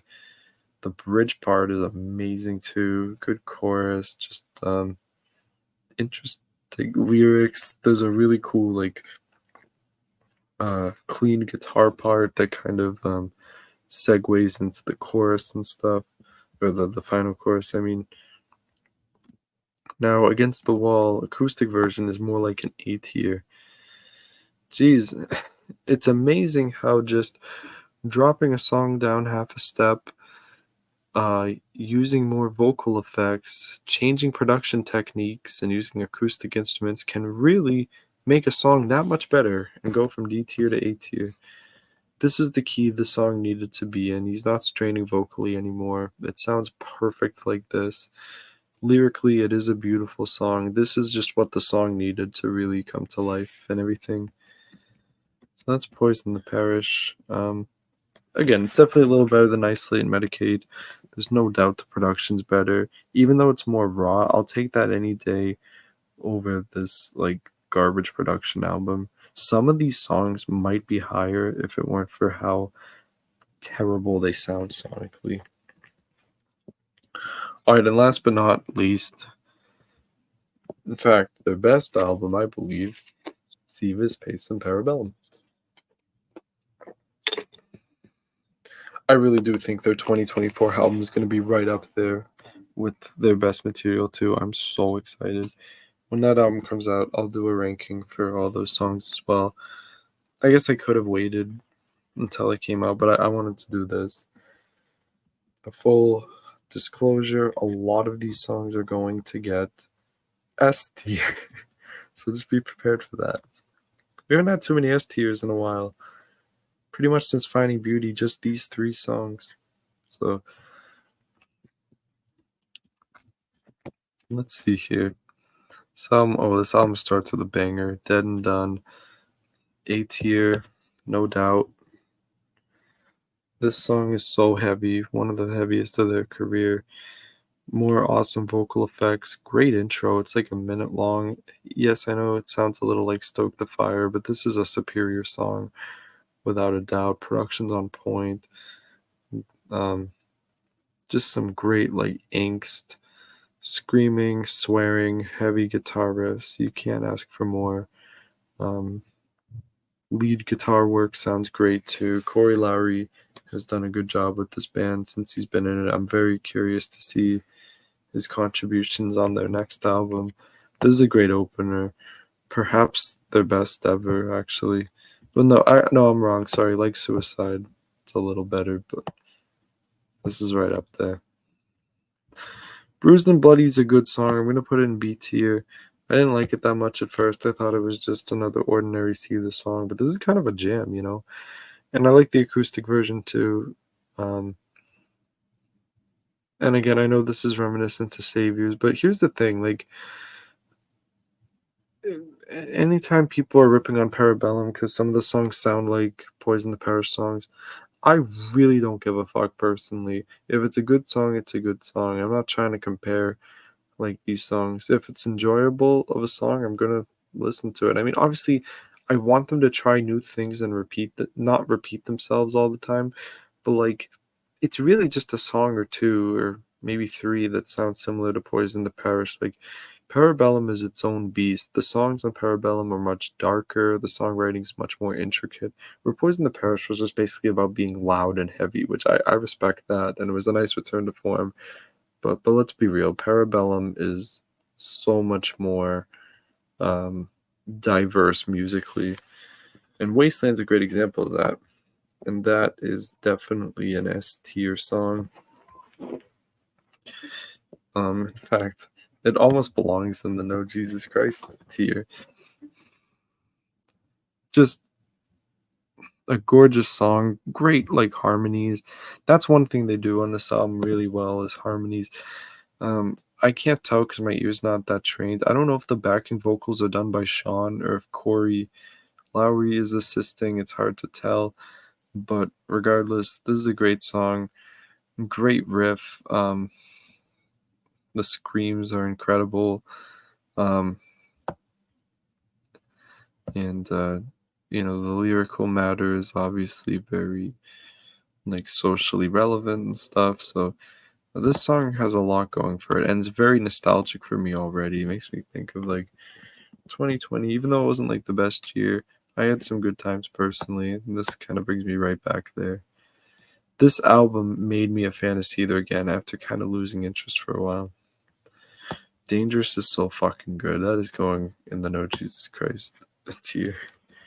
One of their best songs ever. I mean, when I first heard this, when it came out as a single, I didn't even know it was Seether. It sounded like a completely different band, but like really cool to see them trying new things and be like this song is a little more like alternative. The verses are the best part without a doubt. Like God, can they just make stuff like this more often? I know they're capable. I would have rather this been a more like alternative piece of music, and it didn't even necessarily need distorted guitars, but I feel like they kind of had to try to cram it into that Seether mold, but and add heavy guitars. But either way, it sounds great. The production's amazing on this song, and lyrically, it's interesting, and I love the overall like sort of ethereal feel of the song. Oh, God, please make more music like this, guys. Liar's another great song, A tier. Great lead guitar. Chorus is a little weird, but which is par for the course for Seether. Some of their choruses are kind of hit or miss, but the rest of the song is so freaking good. It more than makes up for it. Very nice and melodic, heavy at certain parts. Great fucking song. Same with Can't Go Wrong. Can't Go Wrong's S tier, actually. As I was talking about earlier, great bipolar song. And what do I mean by that? Well, bipolar song is in like there's heavy parts and there's really like kind of more soft and delicate parts, like those verses, which are beautiful. There's like great harmonics. Just, I'm loving the textures on this album instrumentally. It's reminding me a lot of Carmen Effect. But where Carmen Effect was a more like straightforward like rock record, this is more like just they're adding so many like sound effects and making it sound like really like desolate in a way. It's like really good songwriting. I like the chorus. Not everybody does, but I thought it was interesting. Sean sounds great vocally on nearly every song on this album.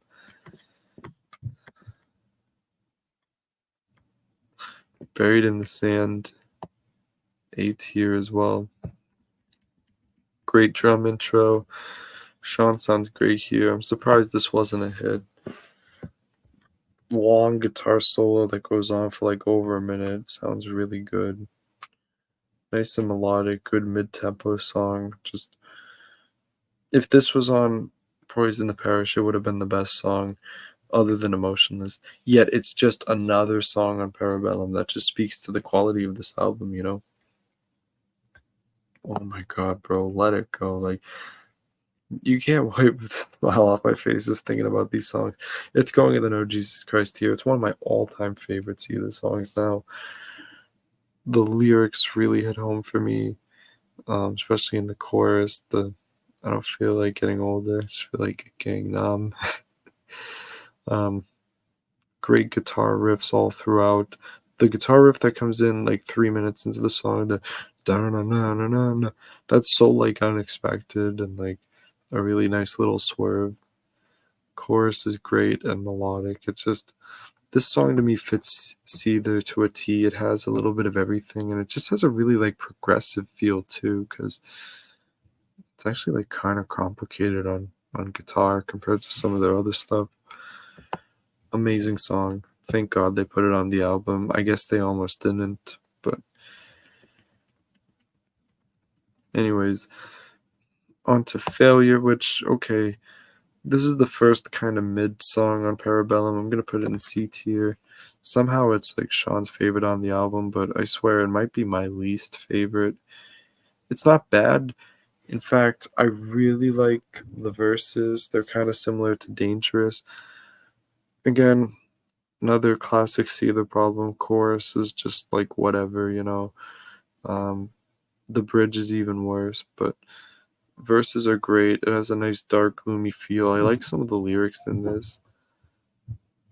I just wish they didn't feel the need to make every chorus like this sort of radio rock kind of sound. It's the best way I can describe it. Like, you know, it's okay to not use a distorted guitar for every chorus, and it's okay to not try to make every chorus like anthemic or something you can sing along to. Just something a little more natural would be nice. That's my only complaint. I really like Beg, maybe not as much as I used to. I'll put it in like a high B tier. Um, it's You know what? Honestly, it deserves A. I've just heard it a lot lately, so I've gotten a little sick of it. But it's overall, I'll never forget my initial feelings hearing it for the first time. It's amazing. It's got riffs for days, great screams. It's just so primal. It's so heavy. Um, this song and Dead and Done, it's kind of unlike anything they've ever done because it's heavy, but like a different kind of heavy. It's almost like with when Linkin Park put out The Hunting Party in 2014, it was a different kind of heavy than like Hybrid Theory and Meteor. It was like an evolution. That's kind of what these songs are. Drift Away, it's kind of in the same category as Failure for me. These are by far the two worst songs on Parabellum, and they're not even that bad. Like I would listen to these songs. They're good songs, but it just has a similar problem where it has engaging verses, chorus is boring, bridge is even worse. The whole "Who are you to set me free?" Enough of these like one line like bridges. That's very like overdone at this point. This song's kind of long. I was kind of hoping for it to drift away at some point, but you know, it's not bad or anything. Oh, Pride Before the Fall is fucking awesome. It's S tier. The screams in the bridge just make this song. Verses are great. Chorus is even growing on me. I understand a lot of people don't like the chorus. I think it's good though. It's solid. It does the trick. It's amazing. Just a song with only 3 riffs can be so cool. Like this song is fucking badass. It's heavy. The rhythm is incredible. Um, very fun little track here. And the final song on the studio version or the standard edition, Written in Stone, is just absolutely S tier. Beautiful song. I think it's their best closer ever. And that's saying a lot when you have songs like Forsaken and Dazed and Abused, you know. Yeah, this song. Some See the songs take a little while to grow on me. Like I don't like love them when I first hear them, but this song I did. I knew right away this was something special. Here's my one and only complaint with this song and a lot of songs on not only Parabellum but also Poison the Parish. The drums, and it's not John Humphrey's fault. He's a competent enough drummer. They're getting the drum production wrong on these last 2 albums ever since they've been self-produced, especially in this song. written in stone. In the verses, the drums are so annoying and they come in at horrible times. This is supposed to be a ballad, yet you can hear the drums over the vocals and like they're not playing the whole time. You'll just hear like a couple hits of the snare here and there, and it's so distracting, and that's too bad. Other than that, this is a great song. What's interesting though is like the chorus uses the same exact guitar progression as Rise Above This, except just a half step down. Little piece of information there. But no, the lyrics in the song are beautiful. Sean has some of his best like clean vocals ever toward the end of the song. I mean, this song must have taken a lot of time to perfect. It sounds like a lot of love and care went into it. It's an absolutely gorgeous song. It made a grown ass man cry the first time he heard it. Okay, wow, we're over 2 hours in this thing. We only have like a few songs left though. What would you do is a great song? Uh, it's A tier. I was contemplating between A and B. It's A. Great lyrics, relatable. Um, Lead guitar work could use a little work. It's kind of generic in the chorus, but Sean sounds good vocally here, and the song's just got a nice little vibe to it. I really do enjoy it. Will It Ever End? Same thing. It's A tier. I really like the haunting verses. It reminds me a little bit of Emotionless. These vocal effects are amazing. The bridge comes out of nowhere and it's like heavy all of a sudden, kind of like turn around. So I really like that aspect of it. This is just a good song. The fact these two songs didn't even make the album just shows how good Parabellum is, that there wasn't room for these two bangers. And you can say the same for Feast of Famine. This is also A tier. Like, I'm being so serious. These songs are all great. Feast of Famine is it's more of a fun, like up tempo song. The lyrics don't really make any sense, but I don't care. It's just a blast. Sean has some great screams, and I love the part where he just randomly goes, "Whoa!" It's like unexpected. Guitars sound great. He sounds great vocally. They just sound like they're having a blast in this song, so that makes the song really fun. Alternate version of Wasteland's not as good as the original, but I'd still put it in A tier along with all of these. It's an interesting take on the song for sure. There we go, 5 songs left. Let's do this. By the way, I'm functioning right now on like 3 or 4 hours of sleep, so my apologies if I seem a little dead. I'm very enthusiastic about these SEETHER songs though.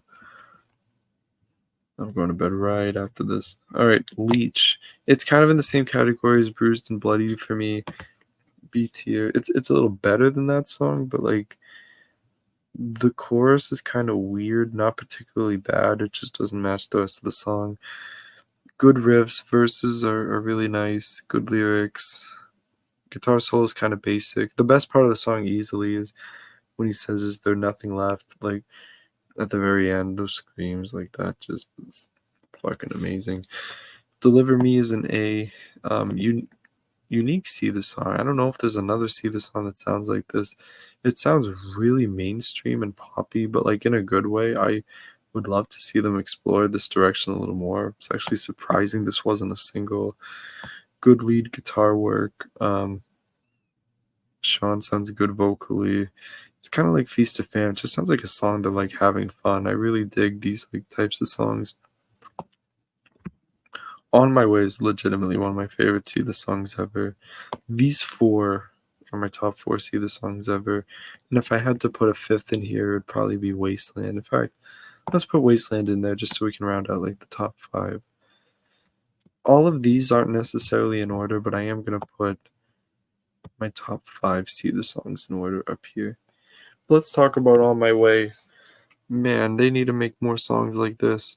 How did this not make the album? Like, this has everything. It has your moody verses, your empowering chorus, great guitar solo, just emotionally powerful bridge. Um, to me, it has everything I like about Seether all in one. There's a nice little viola in the beginning, which is an instrument I don't think they've ever used, as far as I know. So that's really cool. The lyrics are just fucking deep and hit on another level. Like, goddamn, bro. And you could say the same about this next song, Leave Me Be. This is an S tier song if there ever was one. I know not everyone's crazy about the song. This is one song where the drums sound great, I gotta say. Such a haunting song. I think the bridge is the best part of the song. I've always said I don't have any tattoos right now, but if I ever got a tattoo, it would be of the lyrics of the bridge of Leave Me Be. They mean that much to me. This song is so well written and just really hits home. I mean, you know, this is gonna sound so cliche and maybe a little fanboyish to say, but like Sevis Pace and Parabellum is like an album that was like written for me. Like nearly every word on these 21 songs I can relate to. Except when he's singing bruised and bloodied. I don't know what the fuck that's supposed to mean. But everything else, like, literally has been in my subconscious for years. So that's a little eerie, but also like cathartic that I get to hear someone else express very similar emotions. The song's great. It's very subtle, good lead guitar work. I would love to see them do more atmospheric stuff like this. They really shine here. They don't have to put themselves in a box anymore and be this like heavy band. Just do cool, like atmospheric, trippy shit. I don't think anyone would complain about that, you know. Last but not least, Cross the Line. This is a great song. A tier. Fucking heavy. They do stuff in the song that's very unusual guitar wise. And even some like two hand tapping in the verses, I believe. Uh, which is really cool. Good bass lines, guitar riff. The bridge is no doubt the best part of the song, where he's like almost screaming, but not really. It's just a great closer to the album and just shows it's just them being like a rock band and having fun. Like, Parabellum is so good. I think it's like leaps and bounds ahead of anything they've ever done, and that's saying a lot. Because Finding Beauty in Negative Spaces is amazing too. And of course, Disclaimer and Carmen Effect. Love those albums. Even Holding On to Strings has a ton of songs I like, as you can see here. So let's take one last look at the list before I finish up here. F tier, D tier, C tier, B, A, S. Wow, I have a lot of songs in A tier. Quite a few in S as well. In B.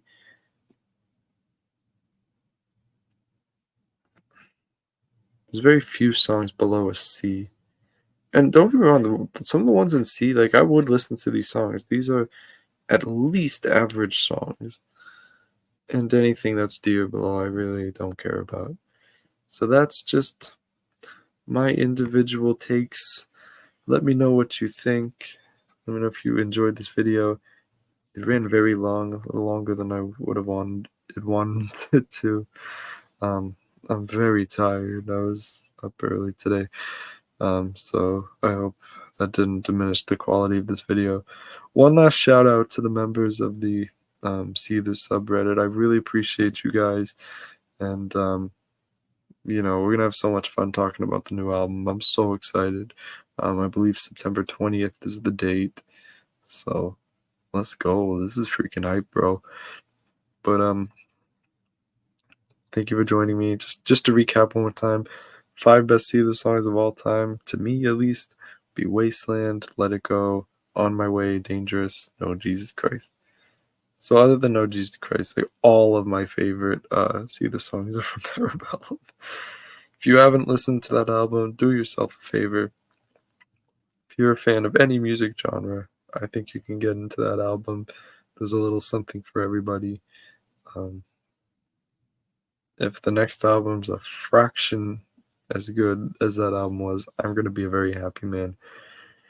But anyways, gonna end it here, guys.